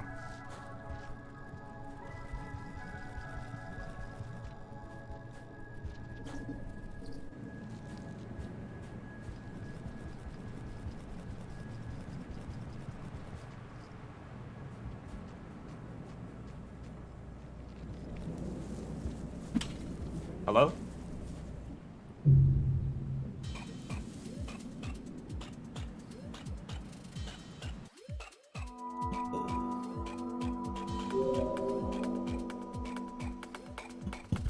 That...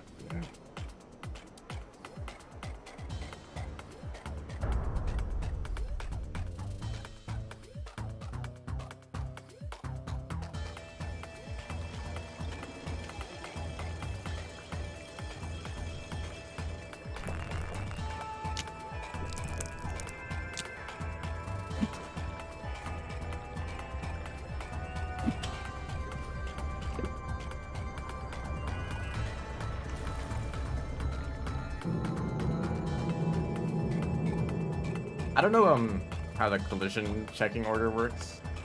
Maybe the spears just check for collision with walls before collision with creatures. So if it's too close to the wall, it just immediately hits the wall without ever interacting with the creature that might be in between you and the wall.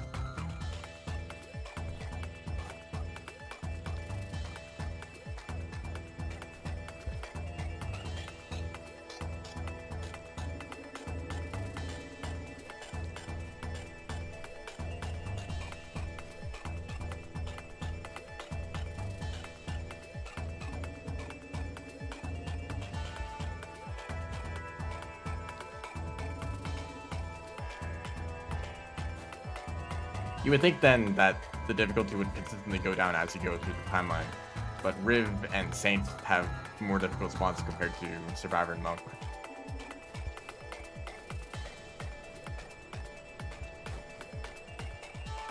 Like, just going from, like, hunter, survivor, monk, you know, if that makes sense. Well, that's exactly what you just said.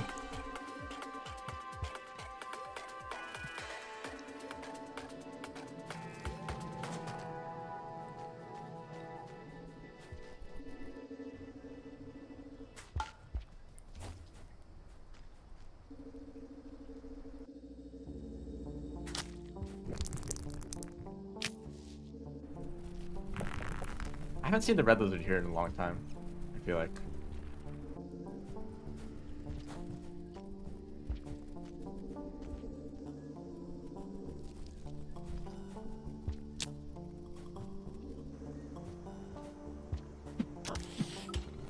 Wow.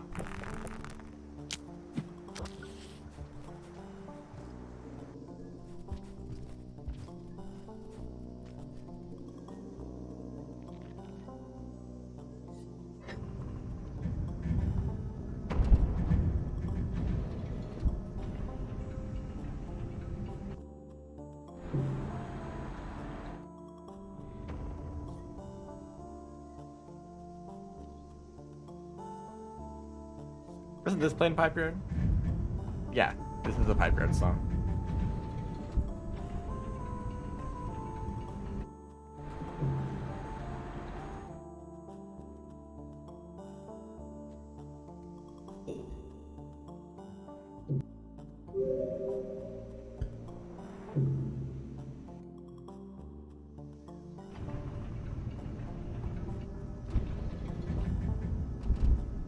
Select maps existed before Downpour.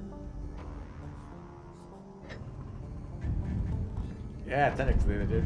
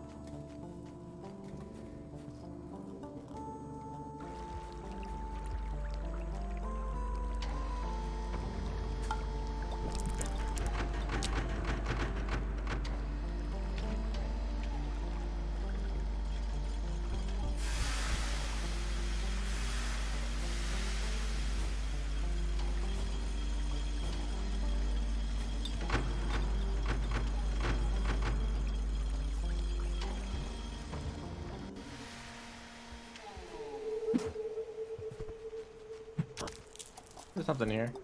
Yes.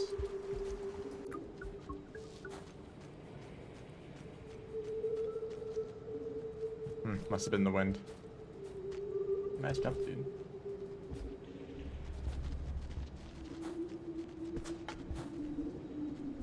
Just bat flies.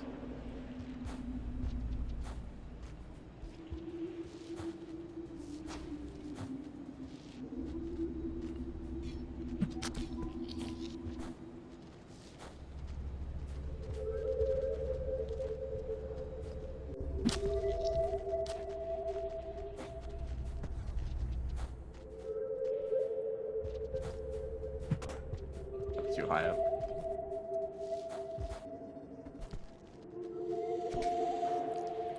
Thank you. It's about time this happened.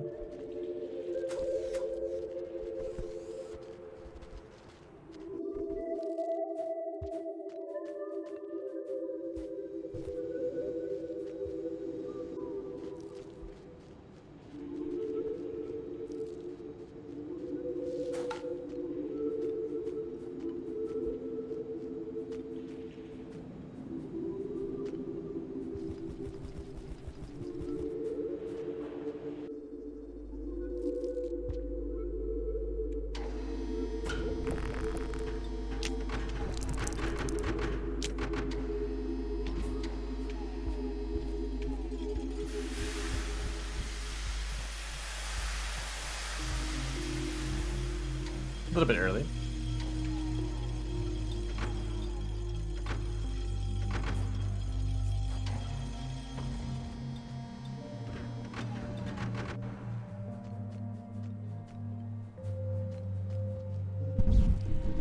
Hello, vulture. Okay, why are there two?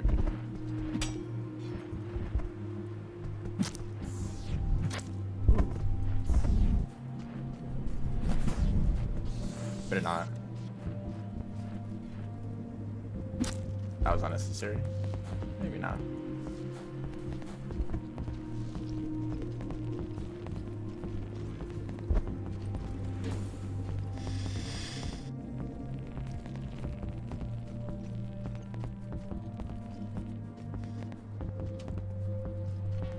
Do that. Rip noodle fly. Rip blue lizard. Why doesn't this happen more often?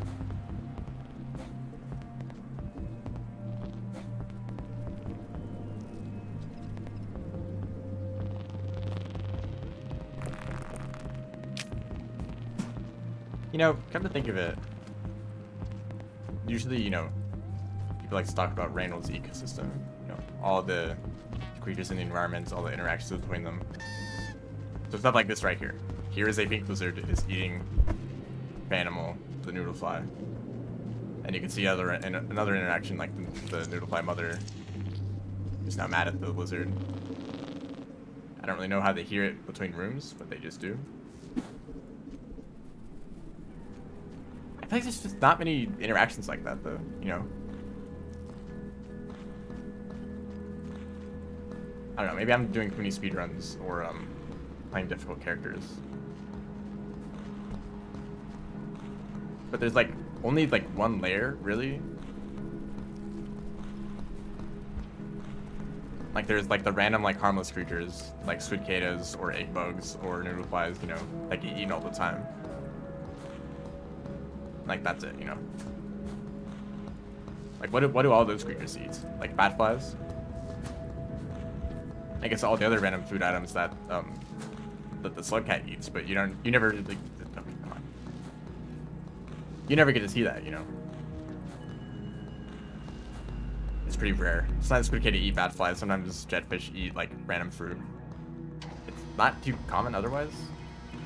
You don't ever see noodle flies eat, you never see scavengers eat, you never see... What else is there?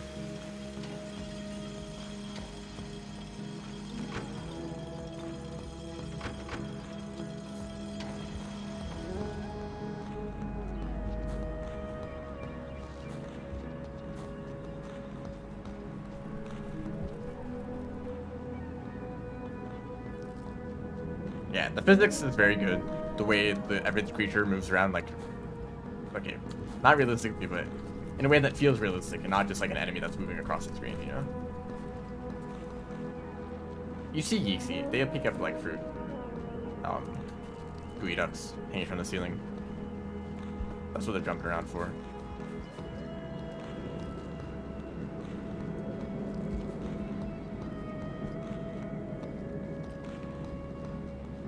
But that like kind of middle layer of creatures that are like more passive, they're very rare. And a lot of them are like kind of designed for the player. Like, you know, jetfish help you swim, squidcadas help you jump around, yeeks help you jump, grapple worms help you swing around. Like, they're kind of utility. Like, if anything, you know.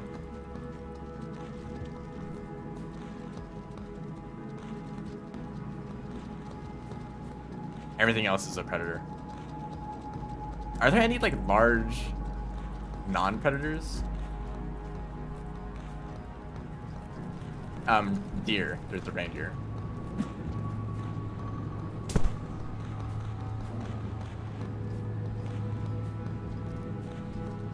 Please. Drop or don't. I'm bothered by the fact that the run where I get a Vulture Mask is still very slow.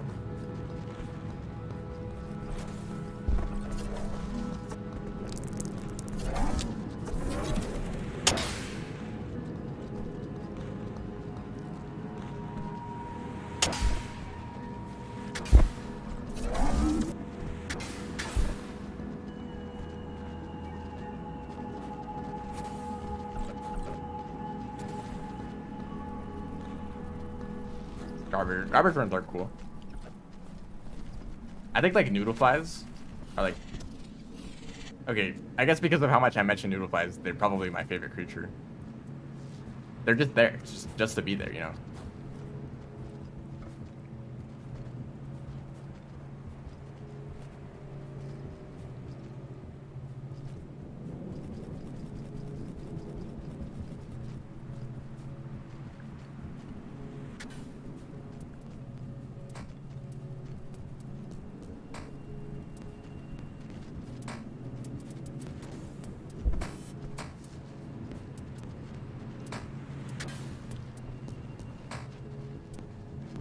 I don't know. That's probably too much, or that's enough complaining about downpour.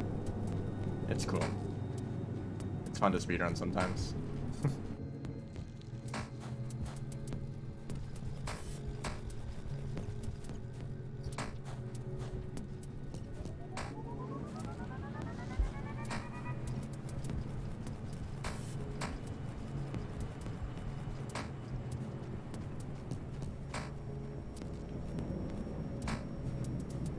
Wow, that's so easy. Just to get past that pole plant, you just jump.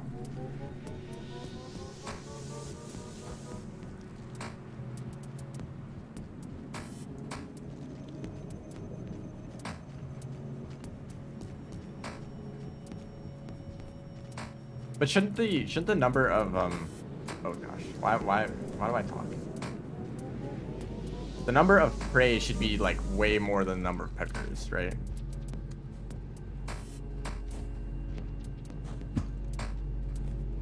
Oops, you can't just do that jump.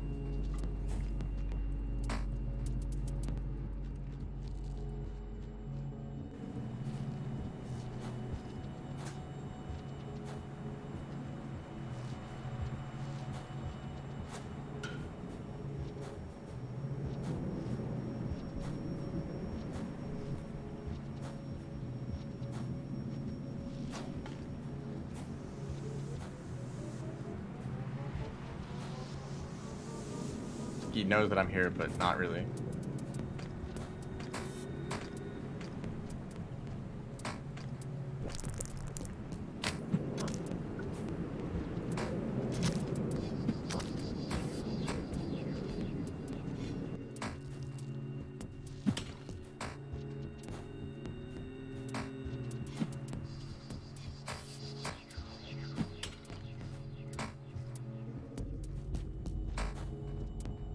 Oof, this is kind of slow.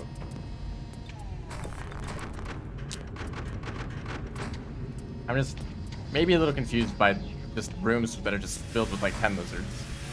Like, what do these 10 lizards eat? Like bat flies? I assume that the explanation is that even if they don't get enough food, they're just gonna come back from the cycle anyway, right? But then, like, why try to survive at all? Like, you're always gonna really survive in the end, right? Because of the cycle.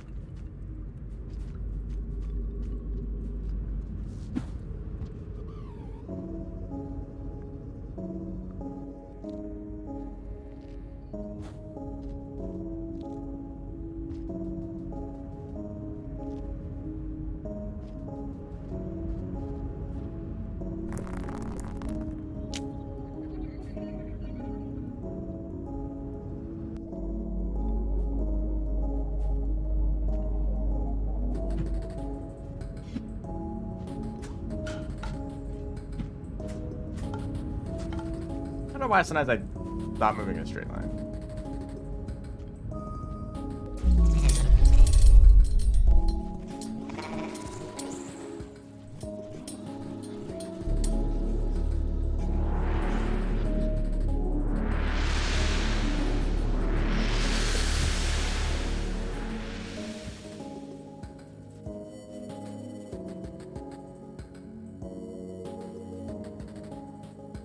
I could have dropped the mask earlier.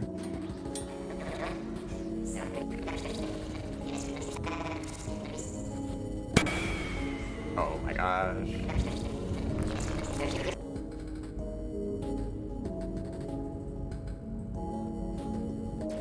Nope, I'm dead.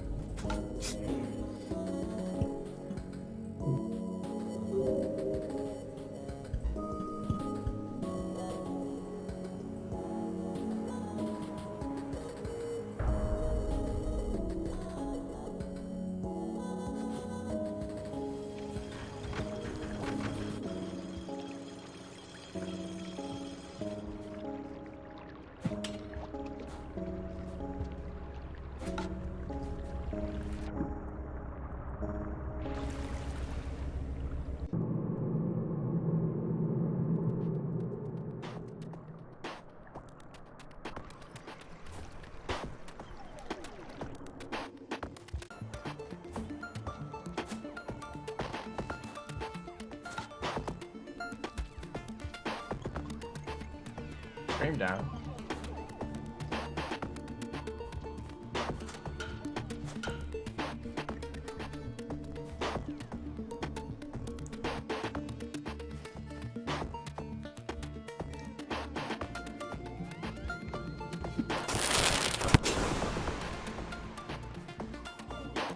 Was it buffering for a bit? That's great. OBS didn't tell me.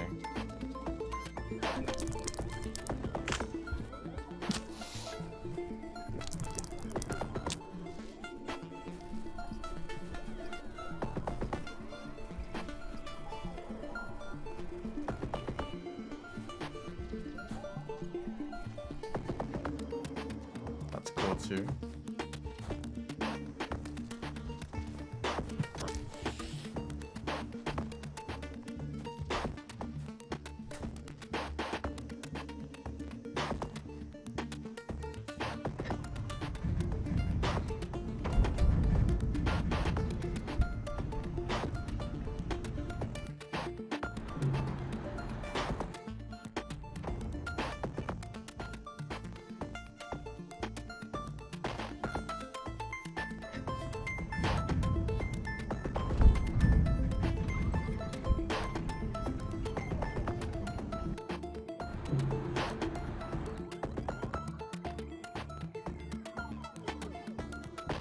I'm not even recording.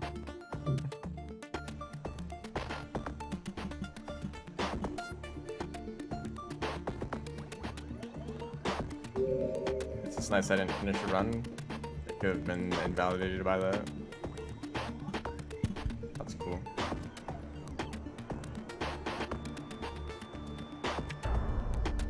Alright, we're actually starting runs now.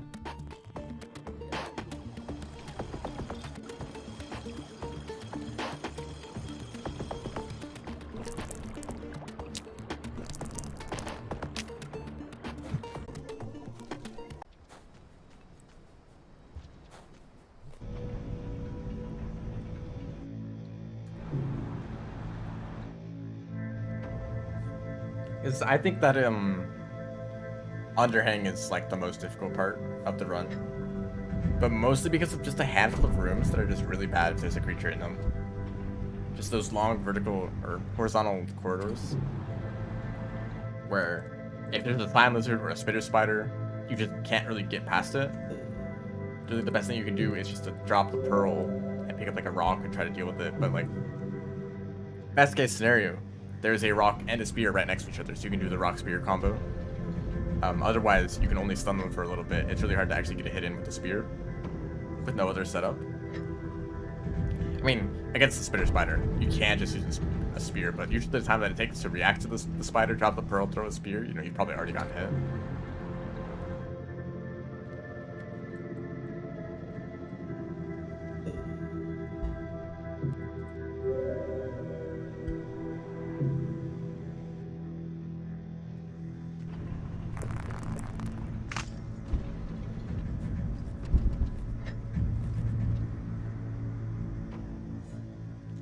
And then you gotta get through Precipice and Olive Moon, which apparently is also difficult.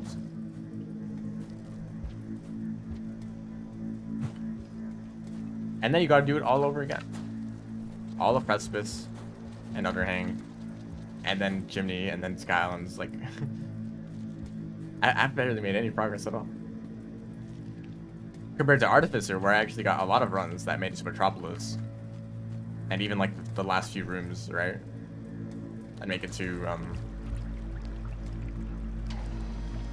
Metropolis. I made it to the Troll at the end. I made it to the Scab King a few times. I hadn't even gotten close. And the more attempts I do, the worse I get or something. I don't know. Maybe I'm just taking more risks.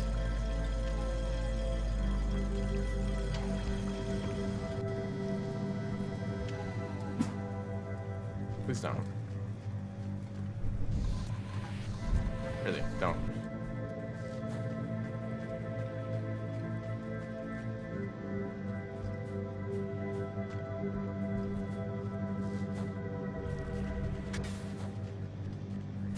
I might have aggroed him.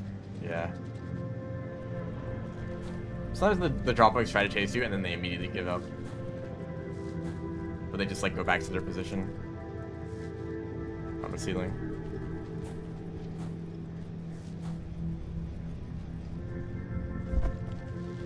That's nice.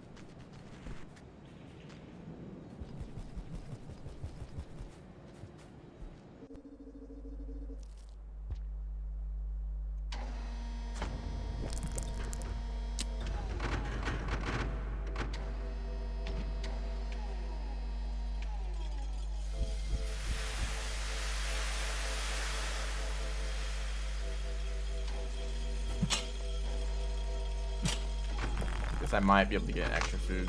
Well, it doesn't really matter. I'll get the popcorn plant.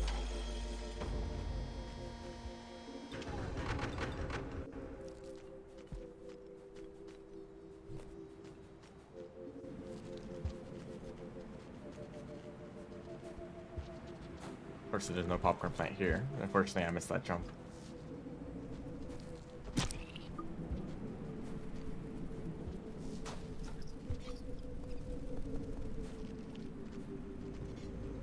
There's scavengers over there.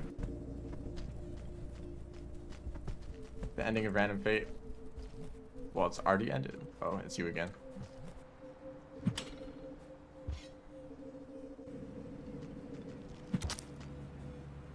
I mean, that sounds kind of bad. Welcome to Twitch. Sorry, I expected someone on Twitch to be someone else.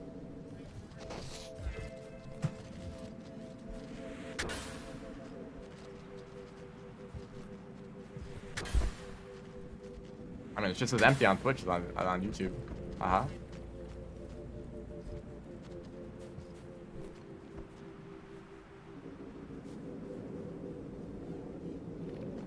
And I guess this is the fitting song to play right after it.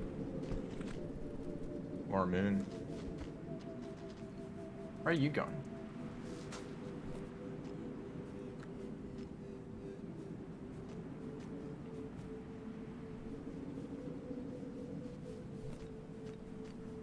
YouTube, okay, that's cool. YouTube just doesn't work.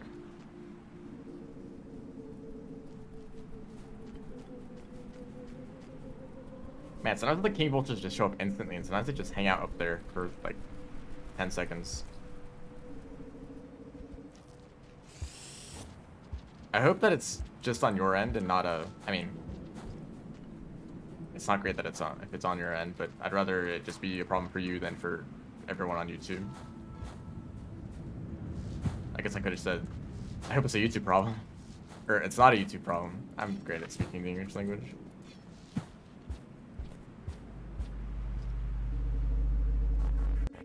I can check YouTube myself, although I don't know how accurate that is. To other viewers. I can see the stream. So hopefully it's functional.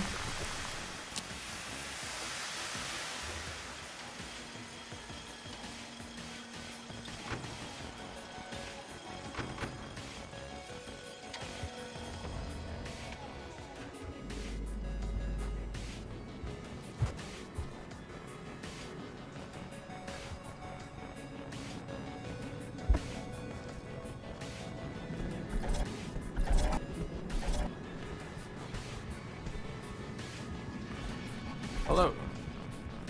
Welcome to the stream.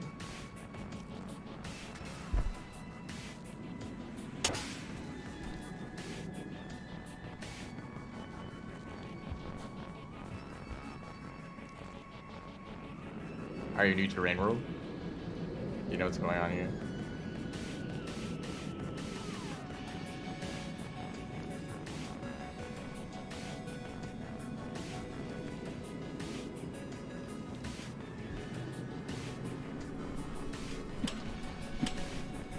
Both of those spears hit the wall.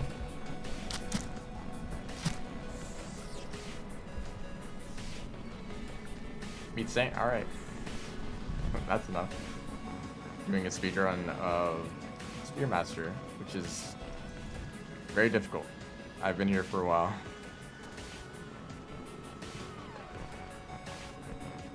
Luckily, I got a Vulture Mask in Outskirts, actually, which is super lucky.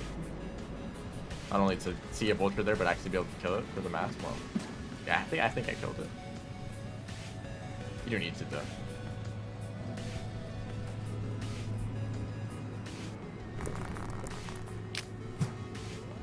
Which pretty much just makes this area very easy.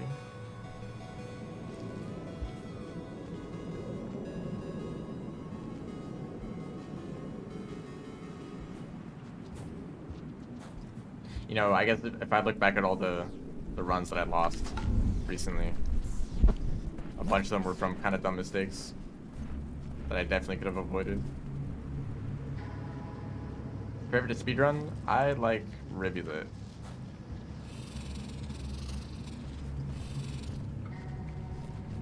I don't know, they all have something annoying about them. I guess Rivulet and Saint. Survivor is good too.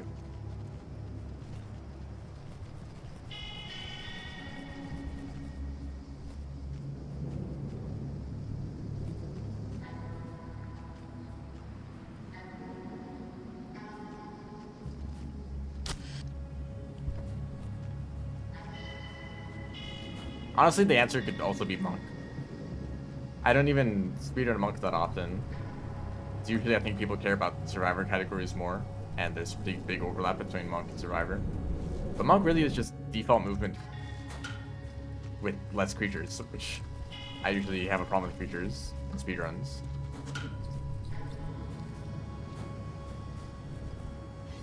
Spear down here.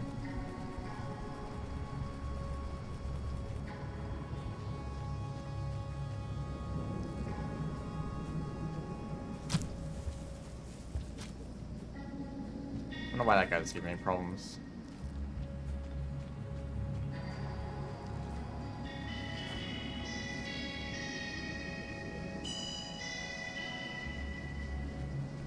I'll probably do the Monk story percent run more sometime in the future. I mean, I have a bunch of stuff planned, so that might take a long time. I'm not even paying attention, sorry.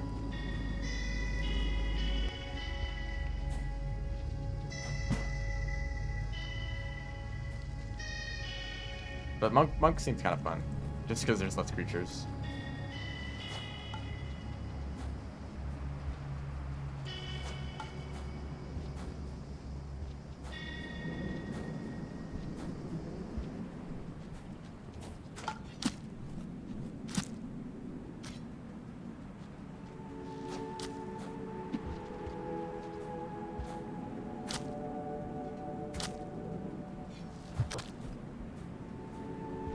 I don't think he gets to do that. Although I'm not defended right now. Oh gosh, that was close. It's crazy. I don't usually fight the scavengers this long. Hello. Welcome to the stream.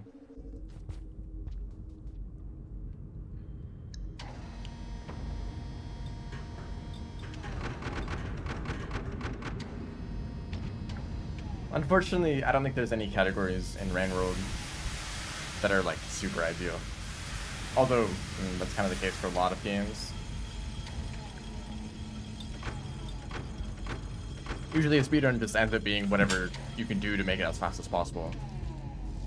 Not really what ends up being the most enjoyable.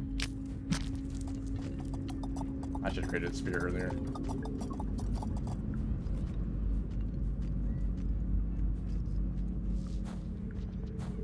If some crazy frame perfect tech is found in an 90% run and it saves like 2 minutes, then you gotta learn the frame perfect tech.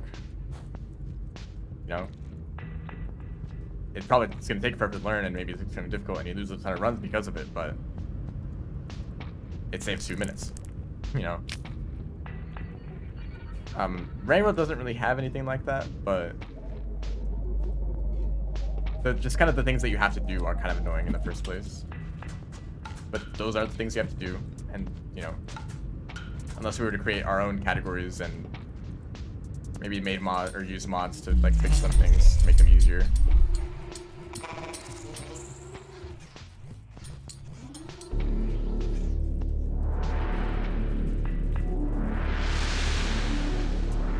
Talent knife so good.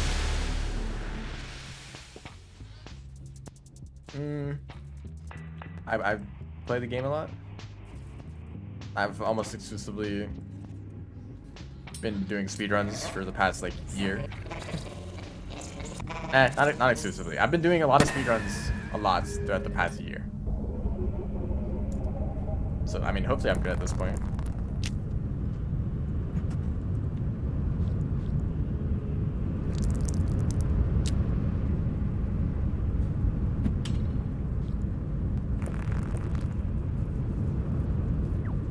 I thought I dropped the pearl for a second. I couldn't see it. Yeah, I got a neuron.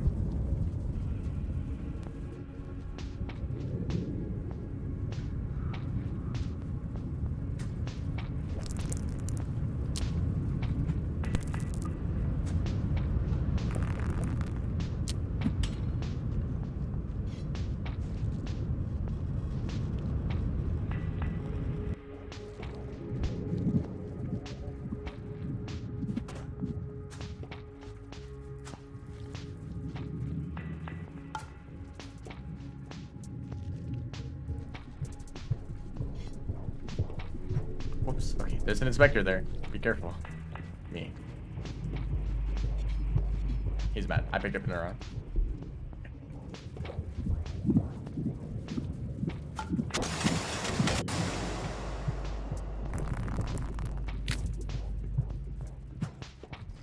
Probably could have picked up that rock. Not a big deal.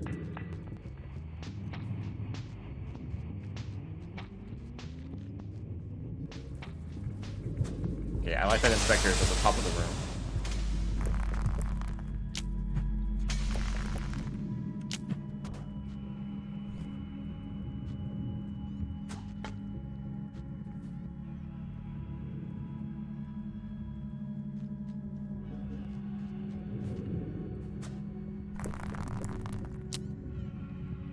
A lot of rocks here.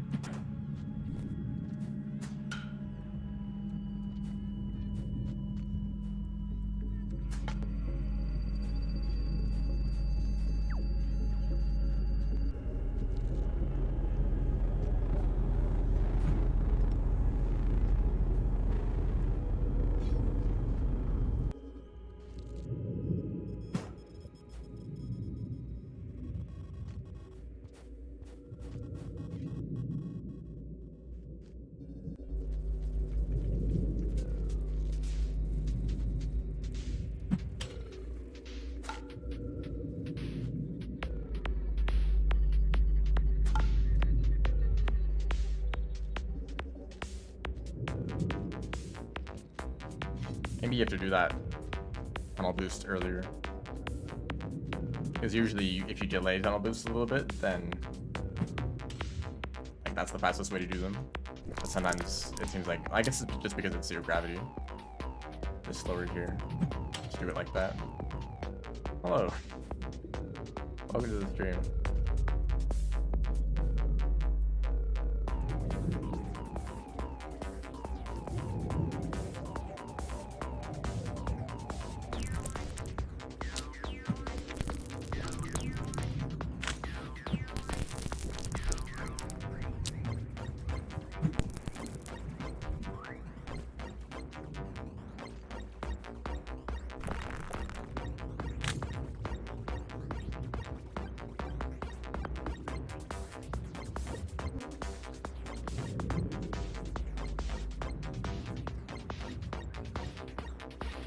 Nice. I have to do this kind of slower than normal. Still fine.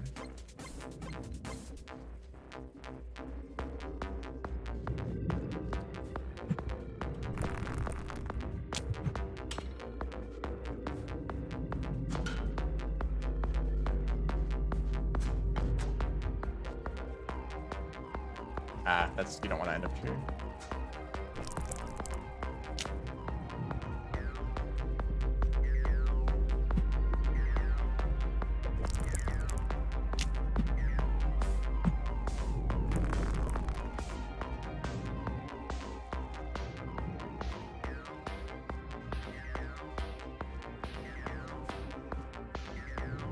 Does that tunnel boost from the previous room carry over? I think I left that pipe a lot faster than normal.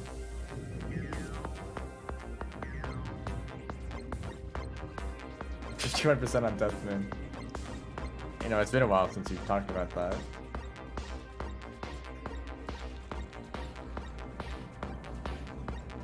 Yes, it's a very long level, but that just means it's actually very easy.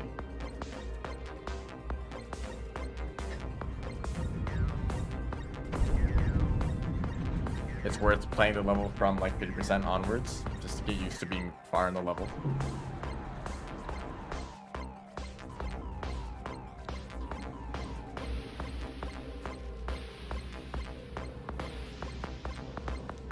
I mean, like a few weeks ago, or maybe like a month ago, I took a break from Geometry Dash to wait until 2.2, so I'm still on break.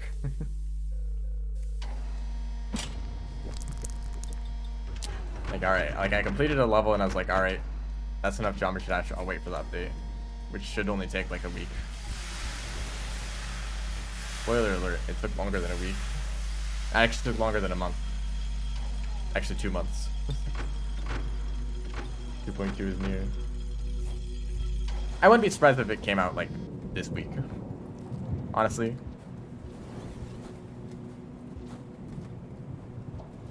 Realistically, it should be in a few days, but you never know, actually. We've been thinking it, like, realistically, it should have came out like a month ago, so can I believe that?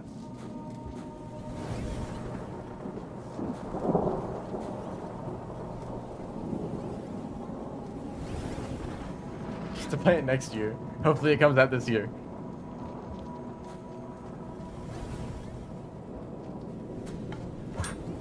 Oh.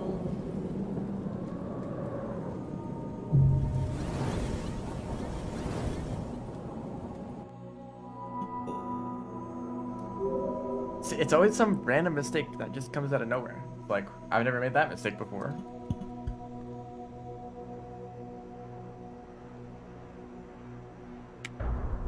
That sucked. That did suck. There's like 3 different ways to do that room, and I pick a different way every time. I don't know which one's the best.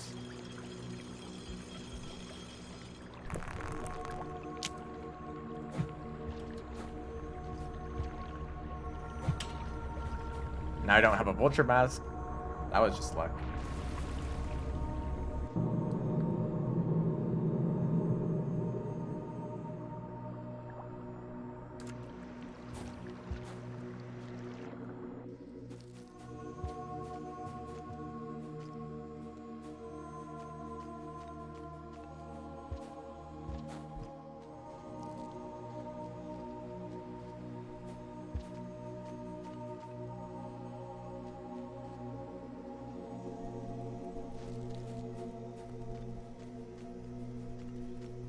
I mean, we all know that 2.2 should have been released like 5 years ago, right? The moment he made the the moving camera and the like moving backwards through a level, that was enough for an update, you know.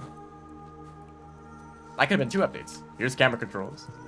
Here's like moving around in a level differently. And then a different update for like platform mode. Like there could have been like 5 different updates released in that time, you know.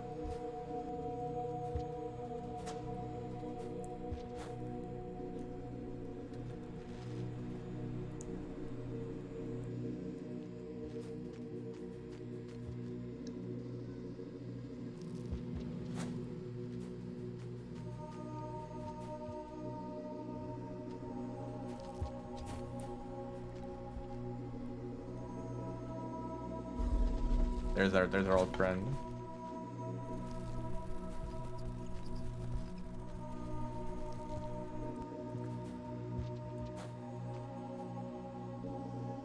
Oh, centipede.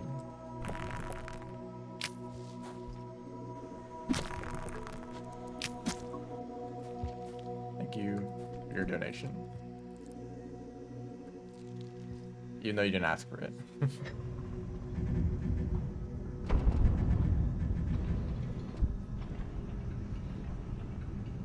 It's been 6 years, you know, you're talking about the update, but it kind of sounds like you're talking about getting a good run. I've been speedrunning Spearmaster for 6 years and I have not gotten a single good run this whole time.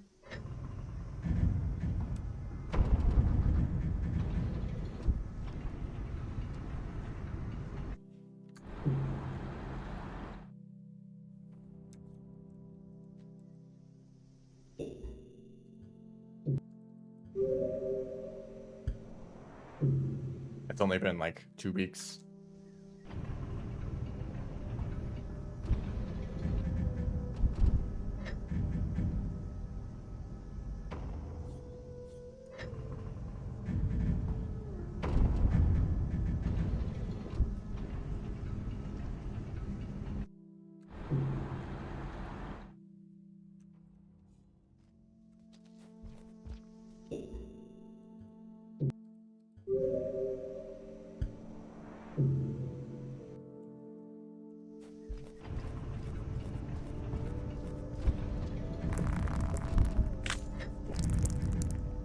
The song isn't real.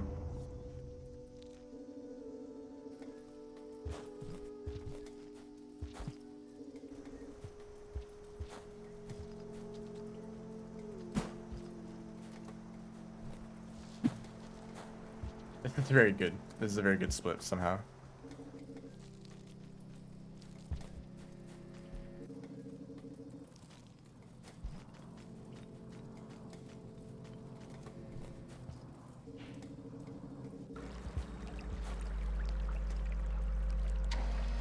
I have no idea how I got this gold split though. Like 15 seconds. What was that?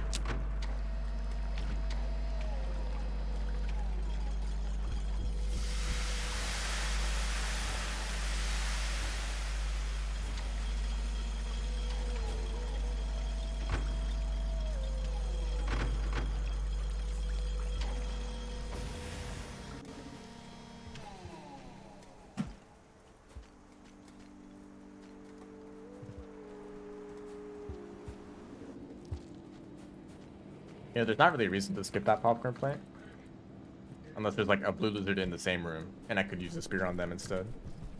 And I have added that blue lizard a few times, so... Just immediately gave up. Like, damn, I missed. You win. That dropper just knows I'm gonna die to some other random dropper in like 2 regions.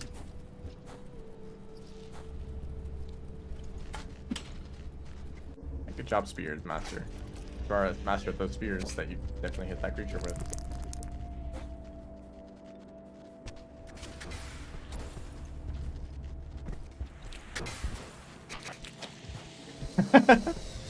I'm so dead.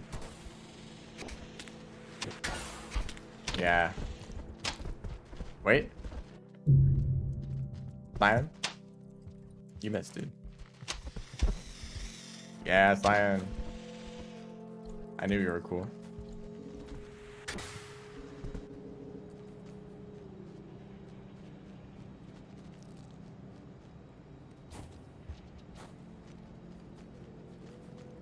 What game is this? This is Rain World.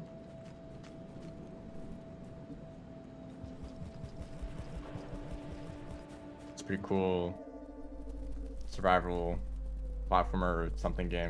I don't know, it has a lot of genres and it doesn't really fit in any convenient category. He plays this little slug cat.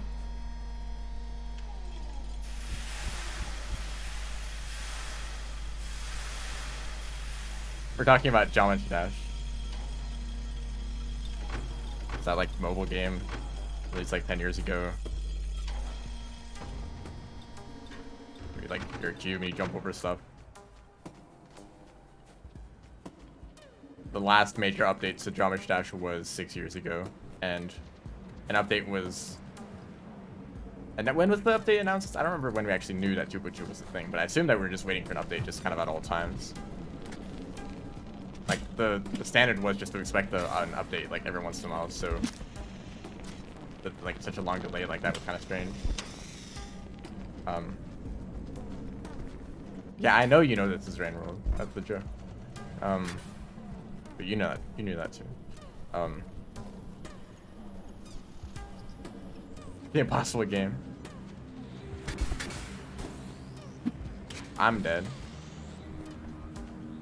Goodbye. Okay.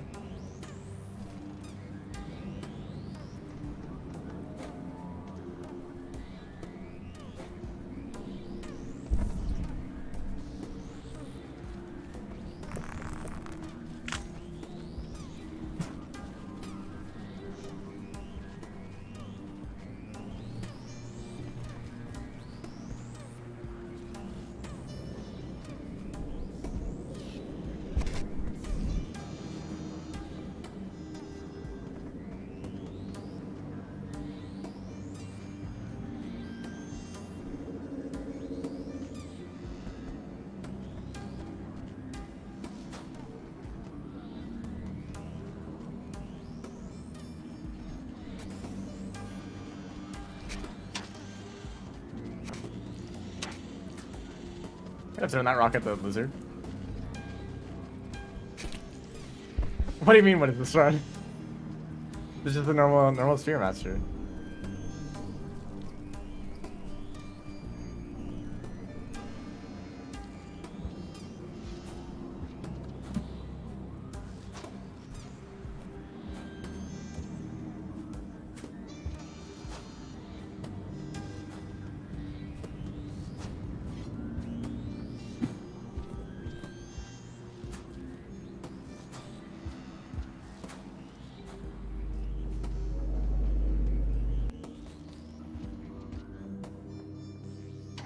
It's still a little bit slow.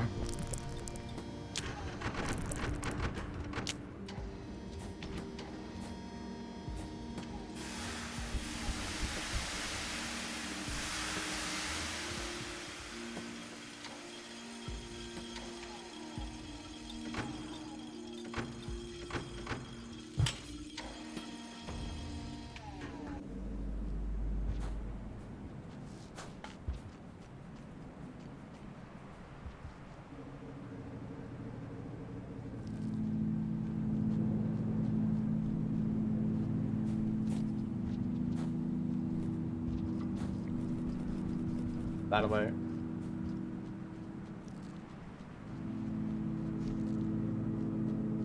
Speedrun Apex Predator? No. I don't like that challenge.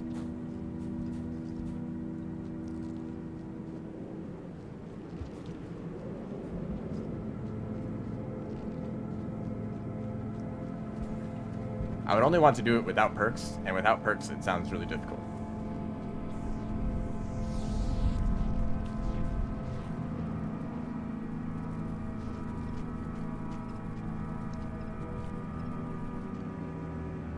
What are you doing here?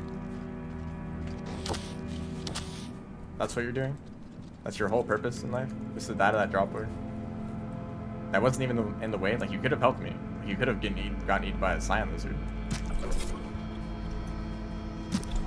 Okay, I guess you're just gonna give it to me.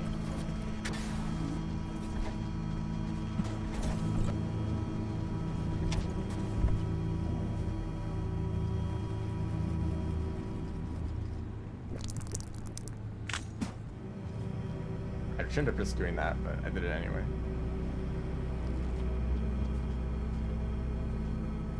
You have to kill a bunch of stuff, like a DLL, a red lizard, a Mirios vulture, probably like a red centipede too. I don't remember all of them.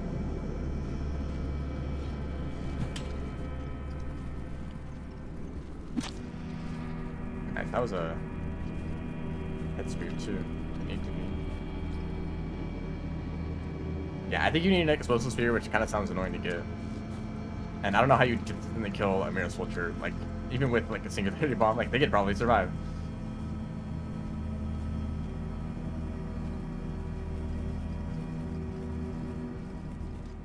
I feel like Mirios vultures must have some sort of resistance that I'm not aware of. Because, like, I mean, their health is really high, but sometimes they just seem to survive forever. Like, no matter what you do. Like, you throw as many silver spears as you want, I mean, they're just keep living.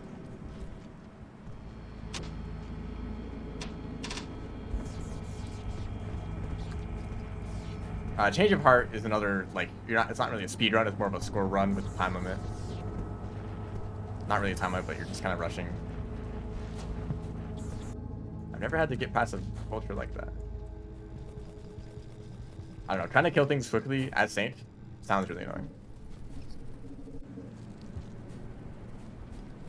And food world tour, it's just like karma cache a bunch. Like it's a bunch of passages that you need to get. I don't think it'd be that interesting. And plus it's more gourmand. I don't know, there's only like the two missions that I did in that one stream are the only ones that I was interested in doing at all.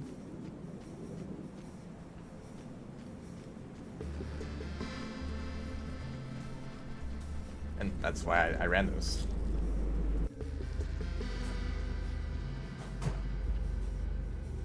I like the bat flies launching into this room.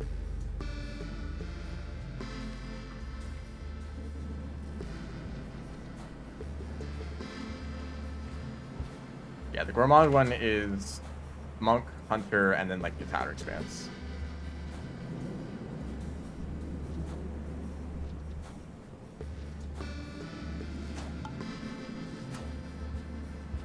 Passages would be easiest to get with karma caching, and then you just go to outer expanse. So, like, you know, it's kind of just like a gourmand run with extra steps. Although I think the gate to outer expanse would already be unlocked because it's expedition mode, so you wouldn't need to go to Pebbles at all.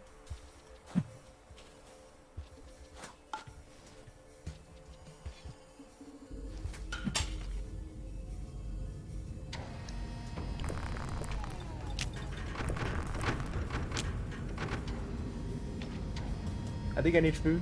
Yes.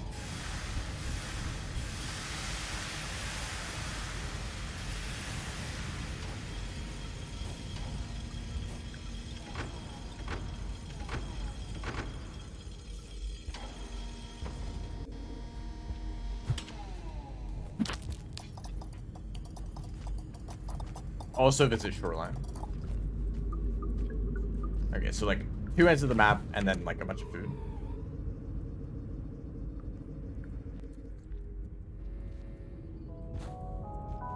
Shout out to everyone who does 100% runs, because those always sound like routing nightmares.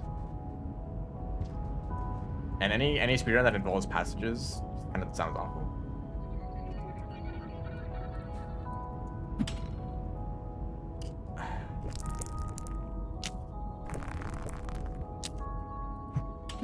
That was a mistake. Just go in, dude. It's not that hard.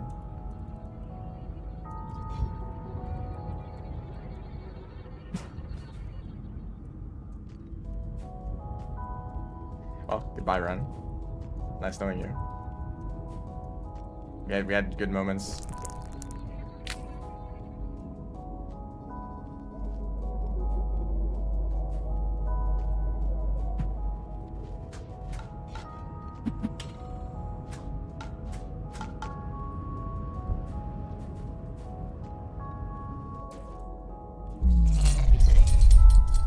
Pebbles, please add poles next to the pipes. We can't navigate them in 0G. It's fun to make an animation of an ancient struggling to enter the pipes in these rooms.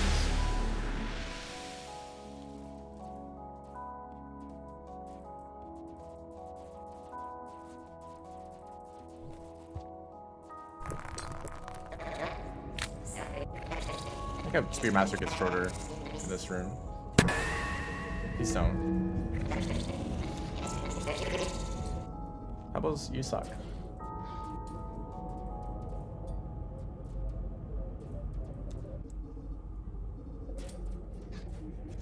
That's the pearl I just threw.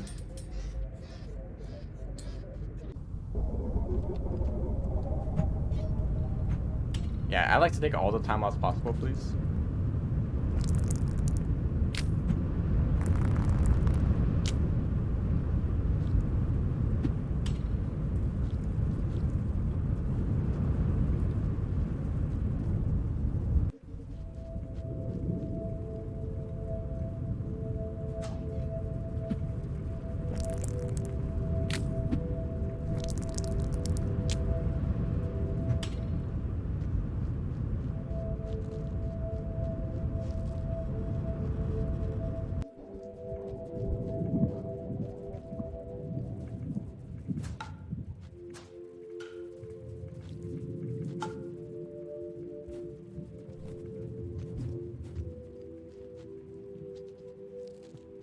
This is so rigged.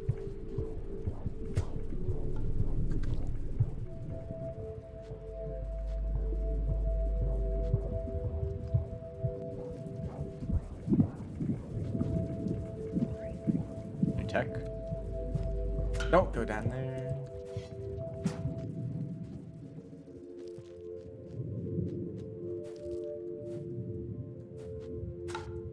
Okay, I did ask for all the time losses.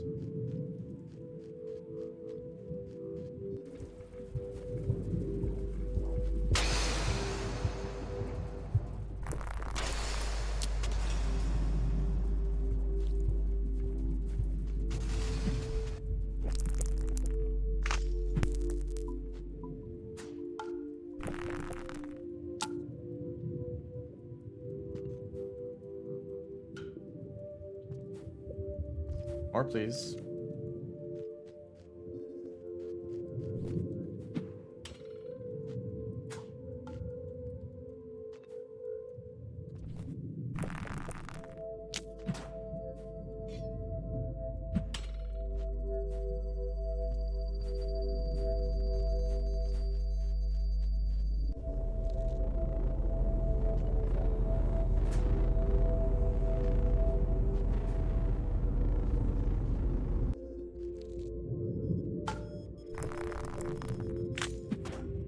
That's a mistake.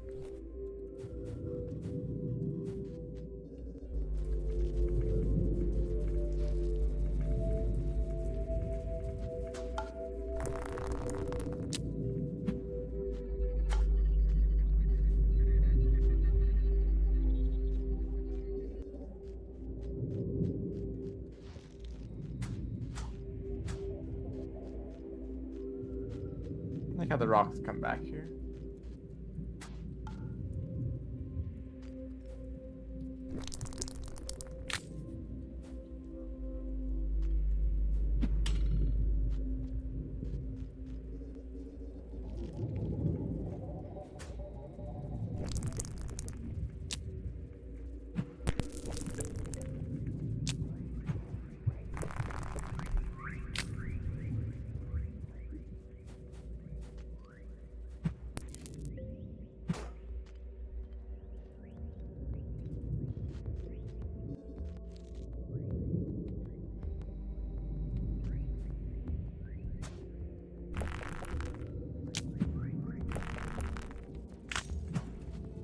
Why did I grab you?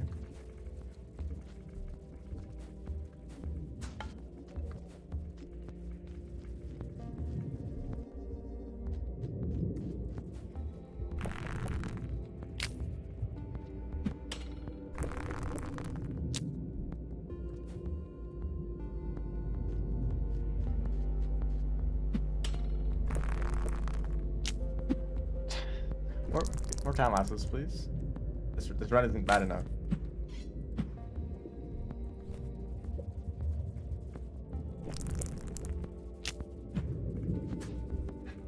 Thank you.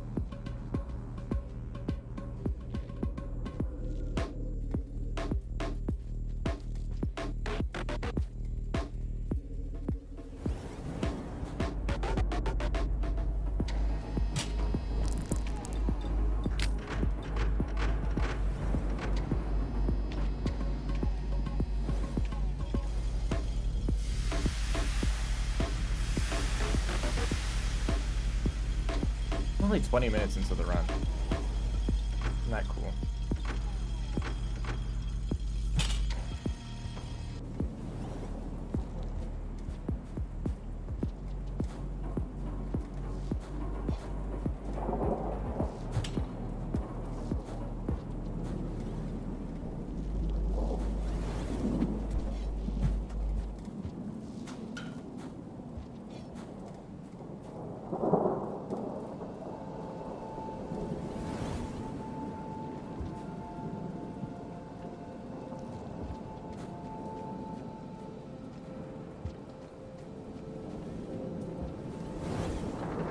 What is the point of making like sub goals or like follower goals or whatever something that is like actively non-enjoyable? Hey guys, remember to subscribe. If enough of you subscribe, I will do something that I don't want to do, and I won't enjoy it. It might be painful. Please subscribe. Like what is that?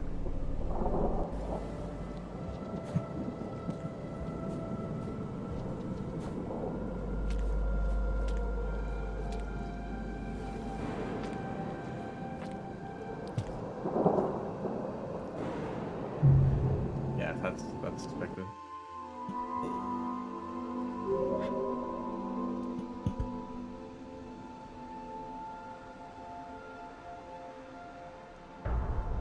I don't know. I can't relate to that. I don't really enjoy seeing people suffer.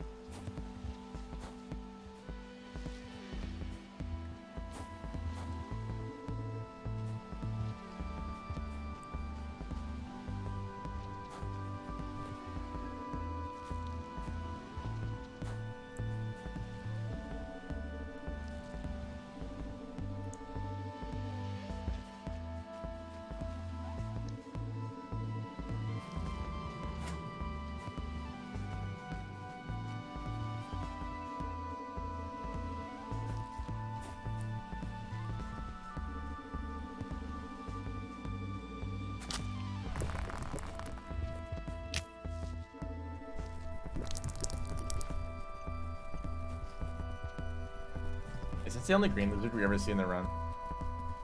Probably.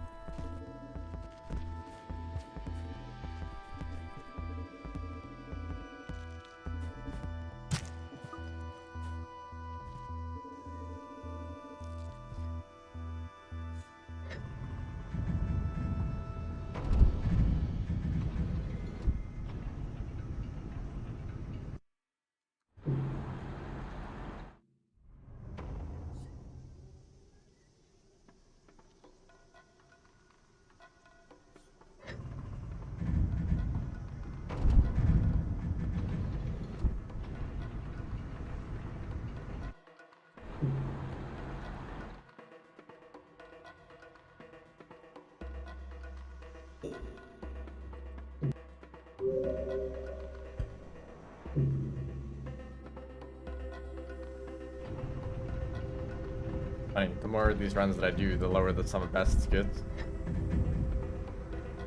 At least for the first like half of the run, I keep getting like slightly better times in these splits. So now it's 35 minutes. That's real time, not in-game time, so it's not what the final run is, you know, or not like the best possible run I can get. Plus like the splits for like the later parts of the run aren't even very good.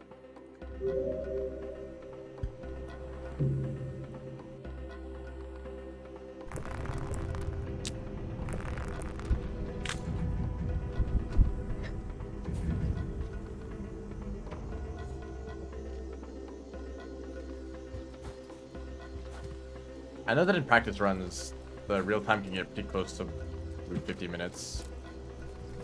And a sub 50 run is possible. I'm not going to get it though.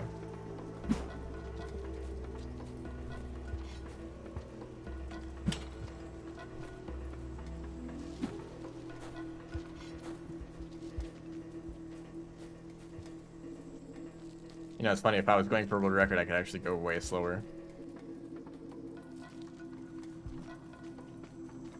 Compared to the fastest possible time that I'm able to get, I would have like 5 extra minutes to slow down.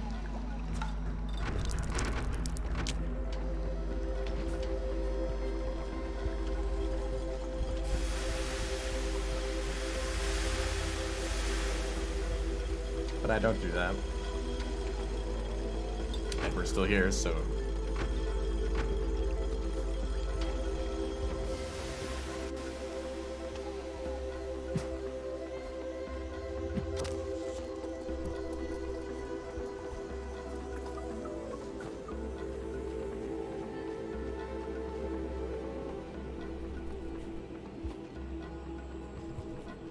Maybe if these streams get too boring, I'll start naming all the creatures, and then I'll die.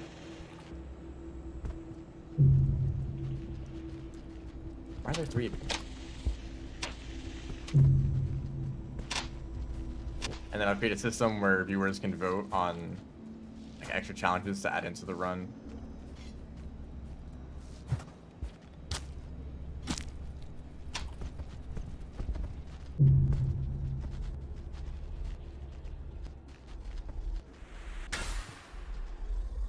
Don't turn into Scurry. Why not? Scurry is actually like probably my main inspiration for wanting to stream.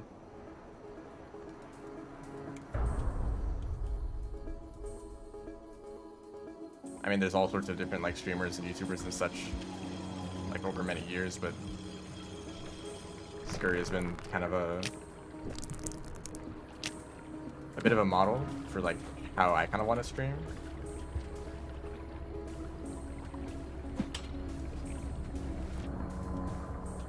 And like not in every single possible way, but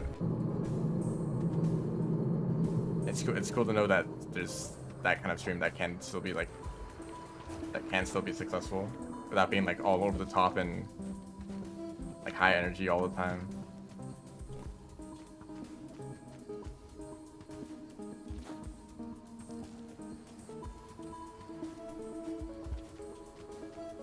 Although I don't know how well I'm doing.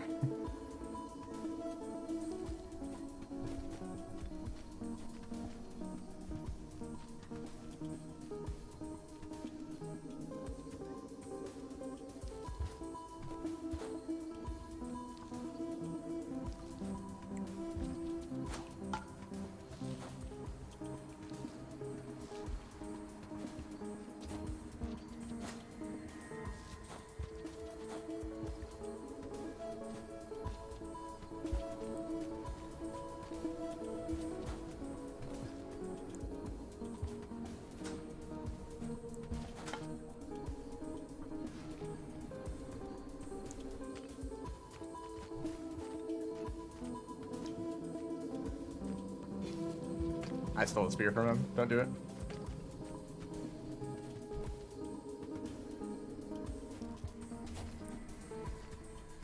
No. I think I've talked about this before. I don't really like when streams have a bunch of extra stuff added on top. like that, I'm dead. Okay. If you want to do that, go ahead. I think it just distracts from what the actual stream is.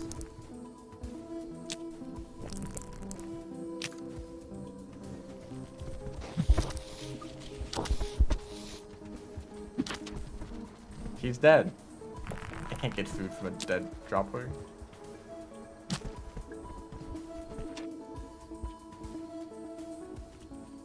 Like, if the only reason you're watching a stream is because you're also playing some sort of mini game on the side, you should just go play that mini game on its own. It's not actually for the stream.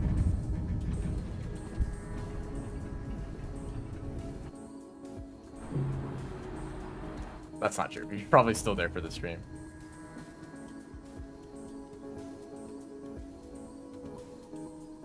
But I feel like it's not really necessary.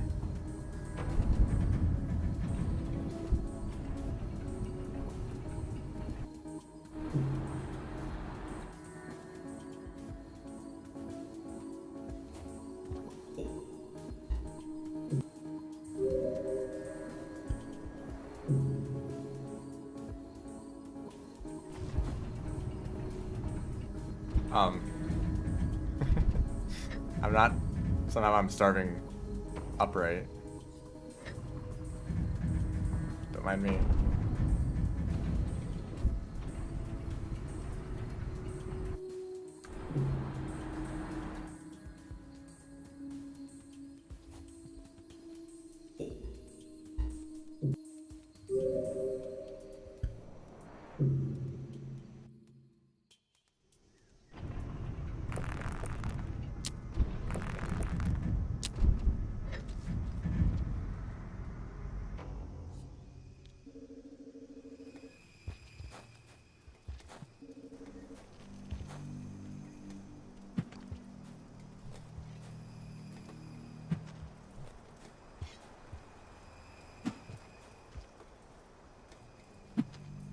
Dude.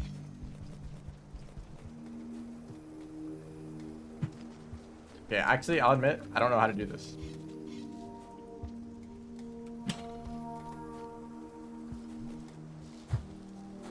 I didn't like when I... Oh, great. Why did I read the chat? This is very slow. This is like awful.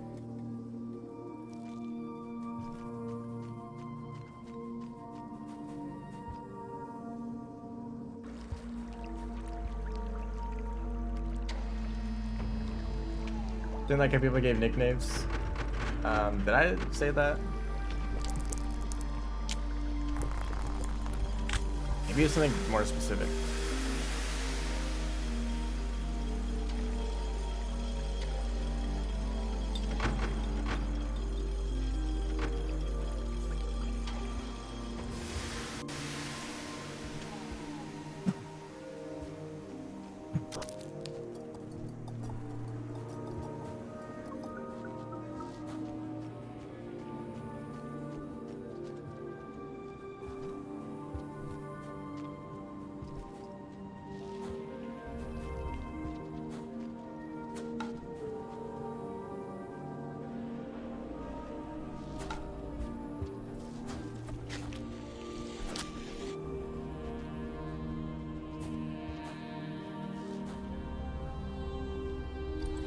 Lag spike.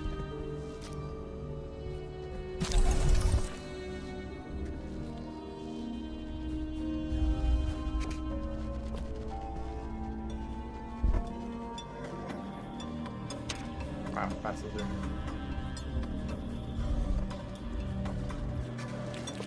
Don't go that way, egg bug. Oh yeah, I don't like that. I don't like that particular name.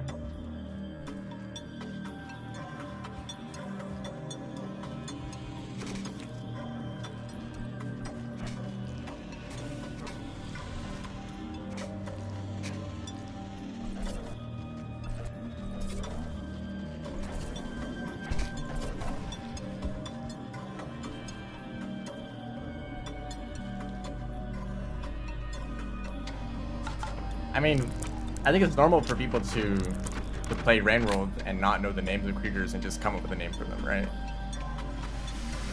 there technically aren't official names for the creatures unless you look on like on the wiki or on expedition mode, right?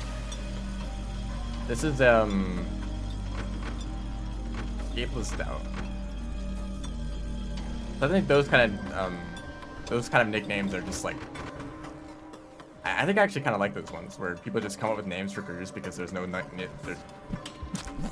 name otherwise. I'm dead. I guess I'll do another run.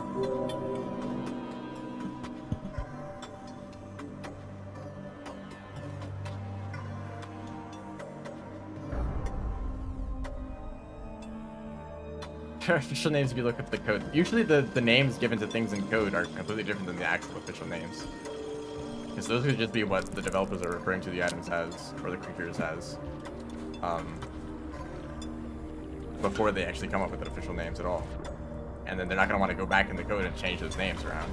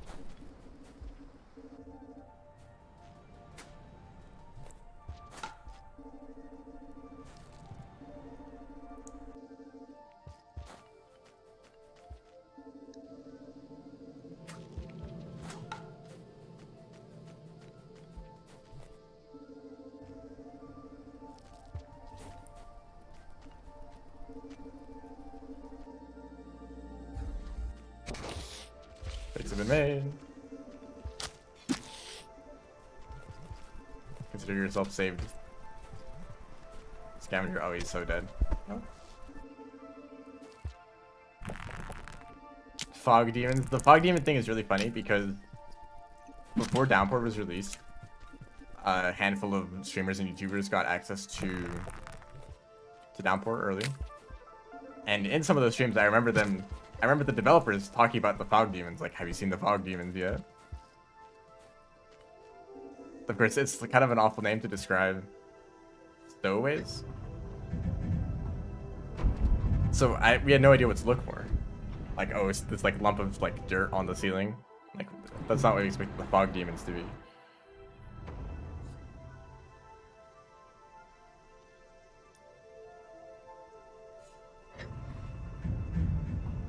I feel like there are multiple of them too. Like, so there were stowaways and then like something else was also like a fog demon.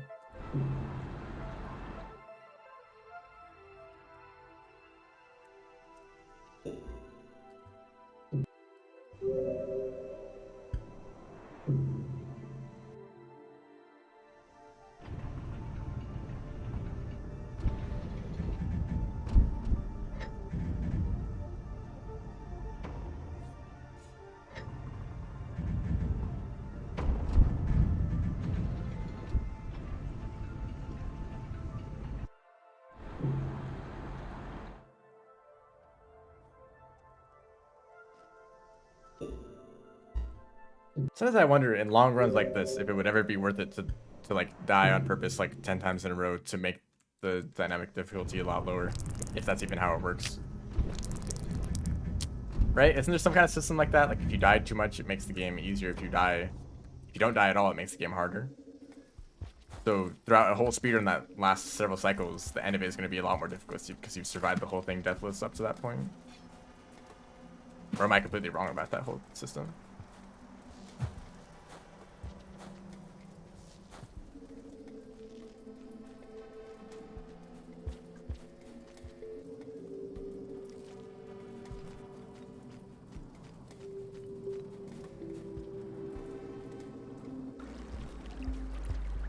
I think at least I know that the dynamic difficulty depends on the number of regions you've been to.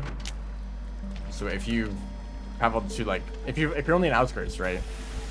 You've only been to one region, so it's lower. But if you like travel across the whole world, then it's gonna be higher. And I think the biggest thing it impacts is like creature aggression, like whether a creature is gonna want to like target you, kind of like when you're playing monk, like creatures aren't very aggressive to you. Although maybe I'm wrong about that too.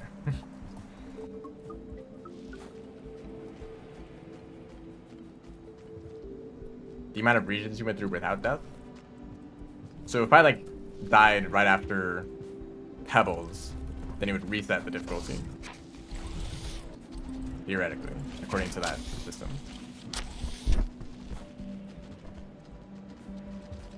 Oh, good job, Drop Boy. Please move out of the way, though. It's industrial. It's always industrial, you know?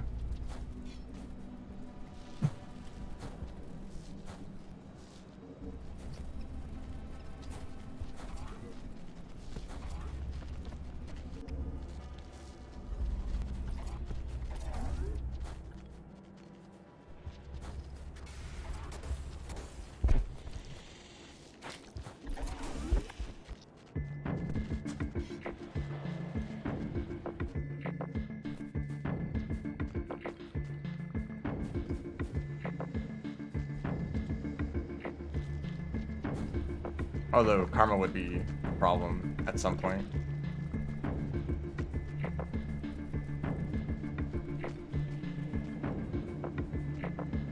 I think you need 5 karma to enter Moon, so I don't think you'd actually be allowed to die at all.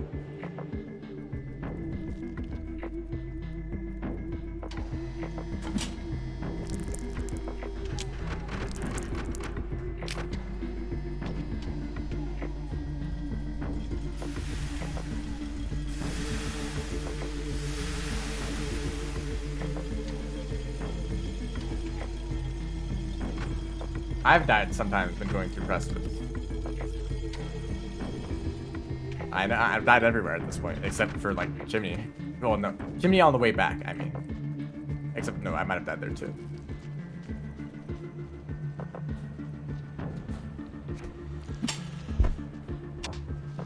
But in none of these attempts so far have I even made it past Underhang on the way back.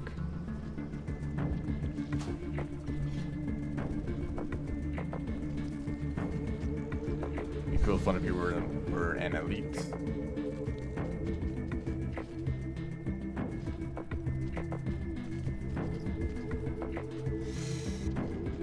Oh, that is an elite. Is it worth going back for? If they like entered this room, it would be, but they probably dropped all the way back down to the bottom. There might be an elite up in the next room. You're not an elite. You're a dropper. Why do you do this to me?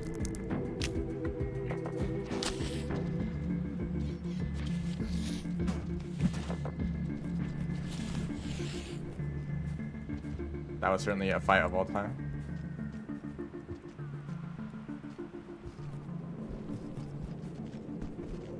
Don't do it. Oh, you're going that way.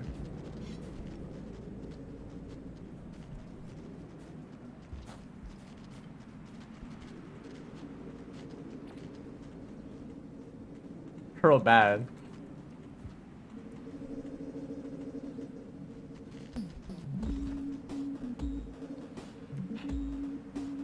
Polecat's cool. They're definitely unbalanced though. Although sometimes you just gotta accept the fact that mod developers want to make overpowered characters and just, you know that they're probably not for you.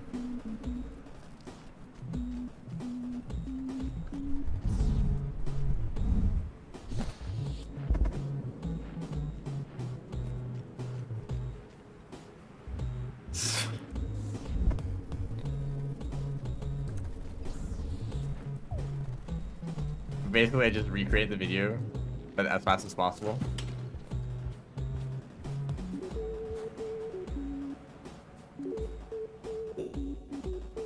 You can't make that jump. I don't ever do that jump. I always throw boost. Yeah, I can make it this time. A lot of deaths this run were from kind of stupid mistakes. Like I understand mistakes or deaths that are from like creatures.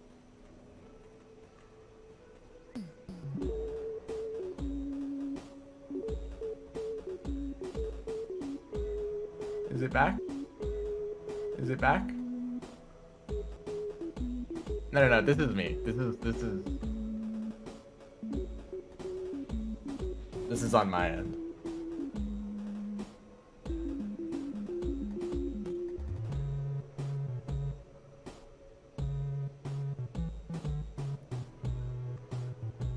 It's still breaking. It's all over the place. Okay, well, I'm gonna end the stream.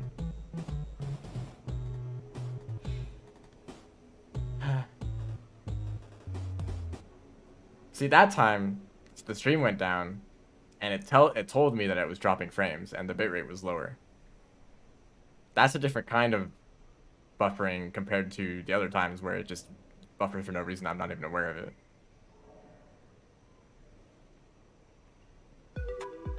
Oh, yeah, shut up.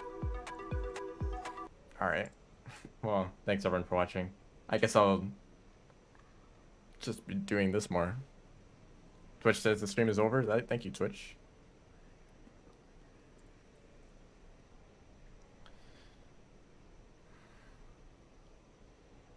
Next stream might be Splunky. Or Geometry Dash. We'll see. I think they've actually said outright that Geometry Dash is just gonna release just kind of out of nowhere because they don't want too many people to show up because of an announcement, which is kind of a strange thing to think. Like they don't want people to play it because the servers won't handle it. I don't know. If Geometry Dash comes out, I'm just gonna do a stream on that day. Oh, hello, welcome to the stream. I'm literally ending right now, but you probably knew that. Otherwise, I'd be in industrial right now. In industrial.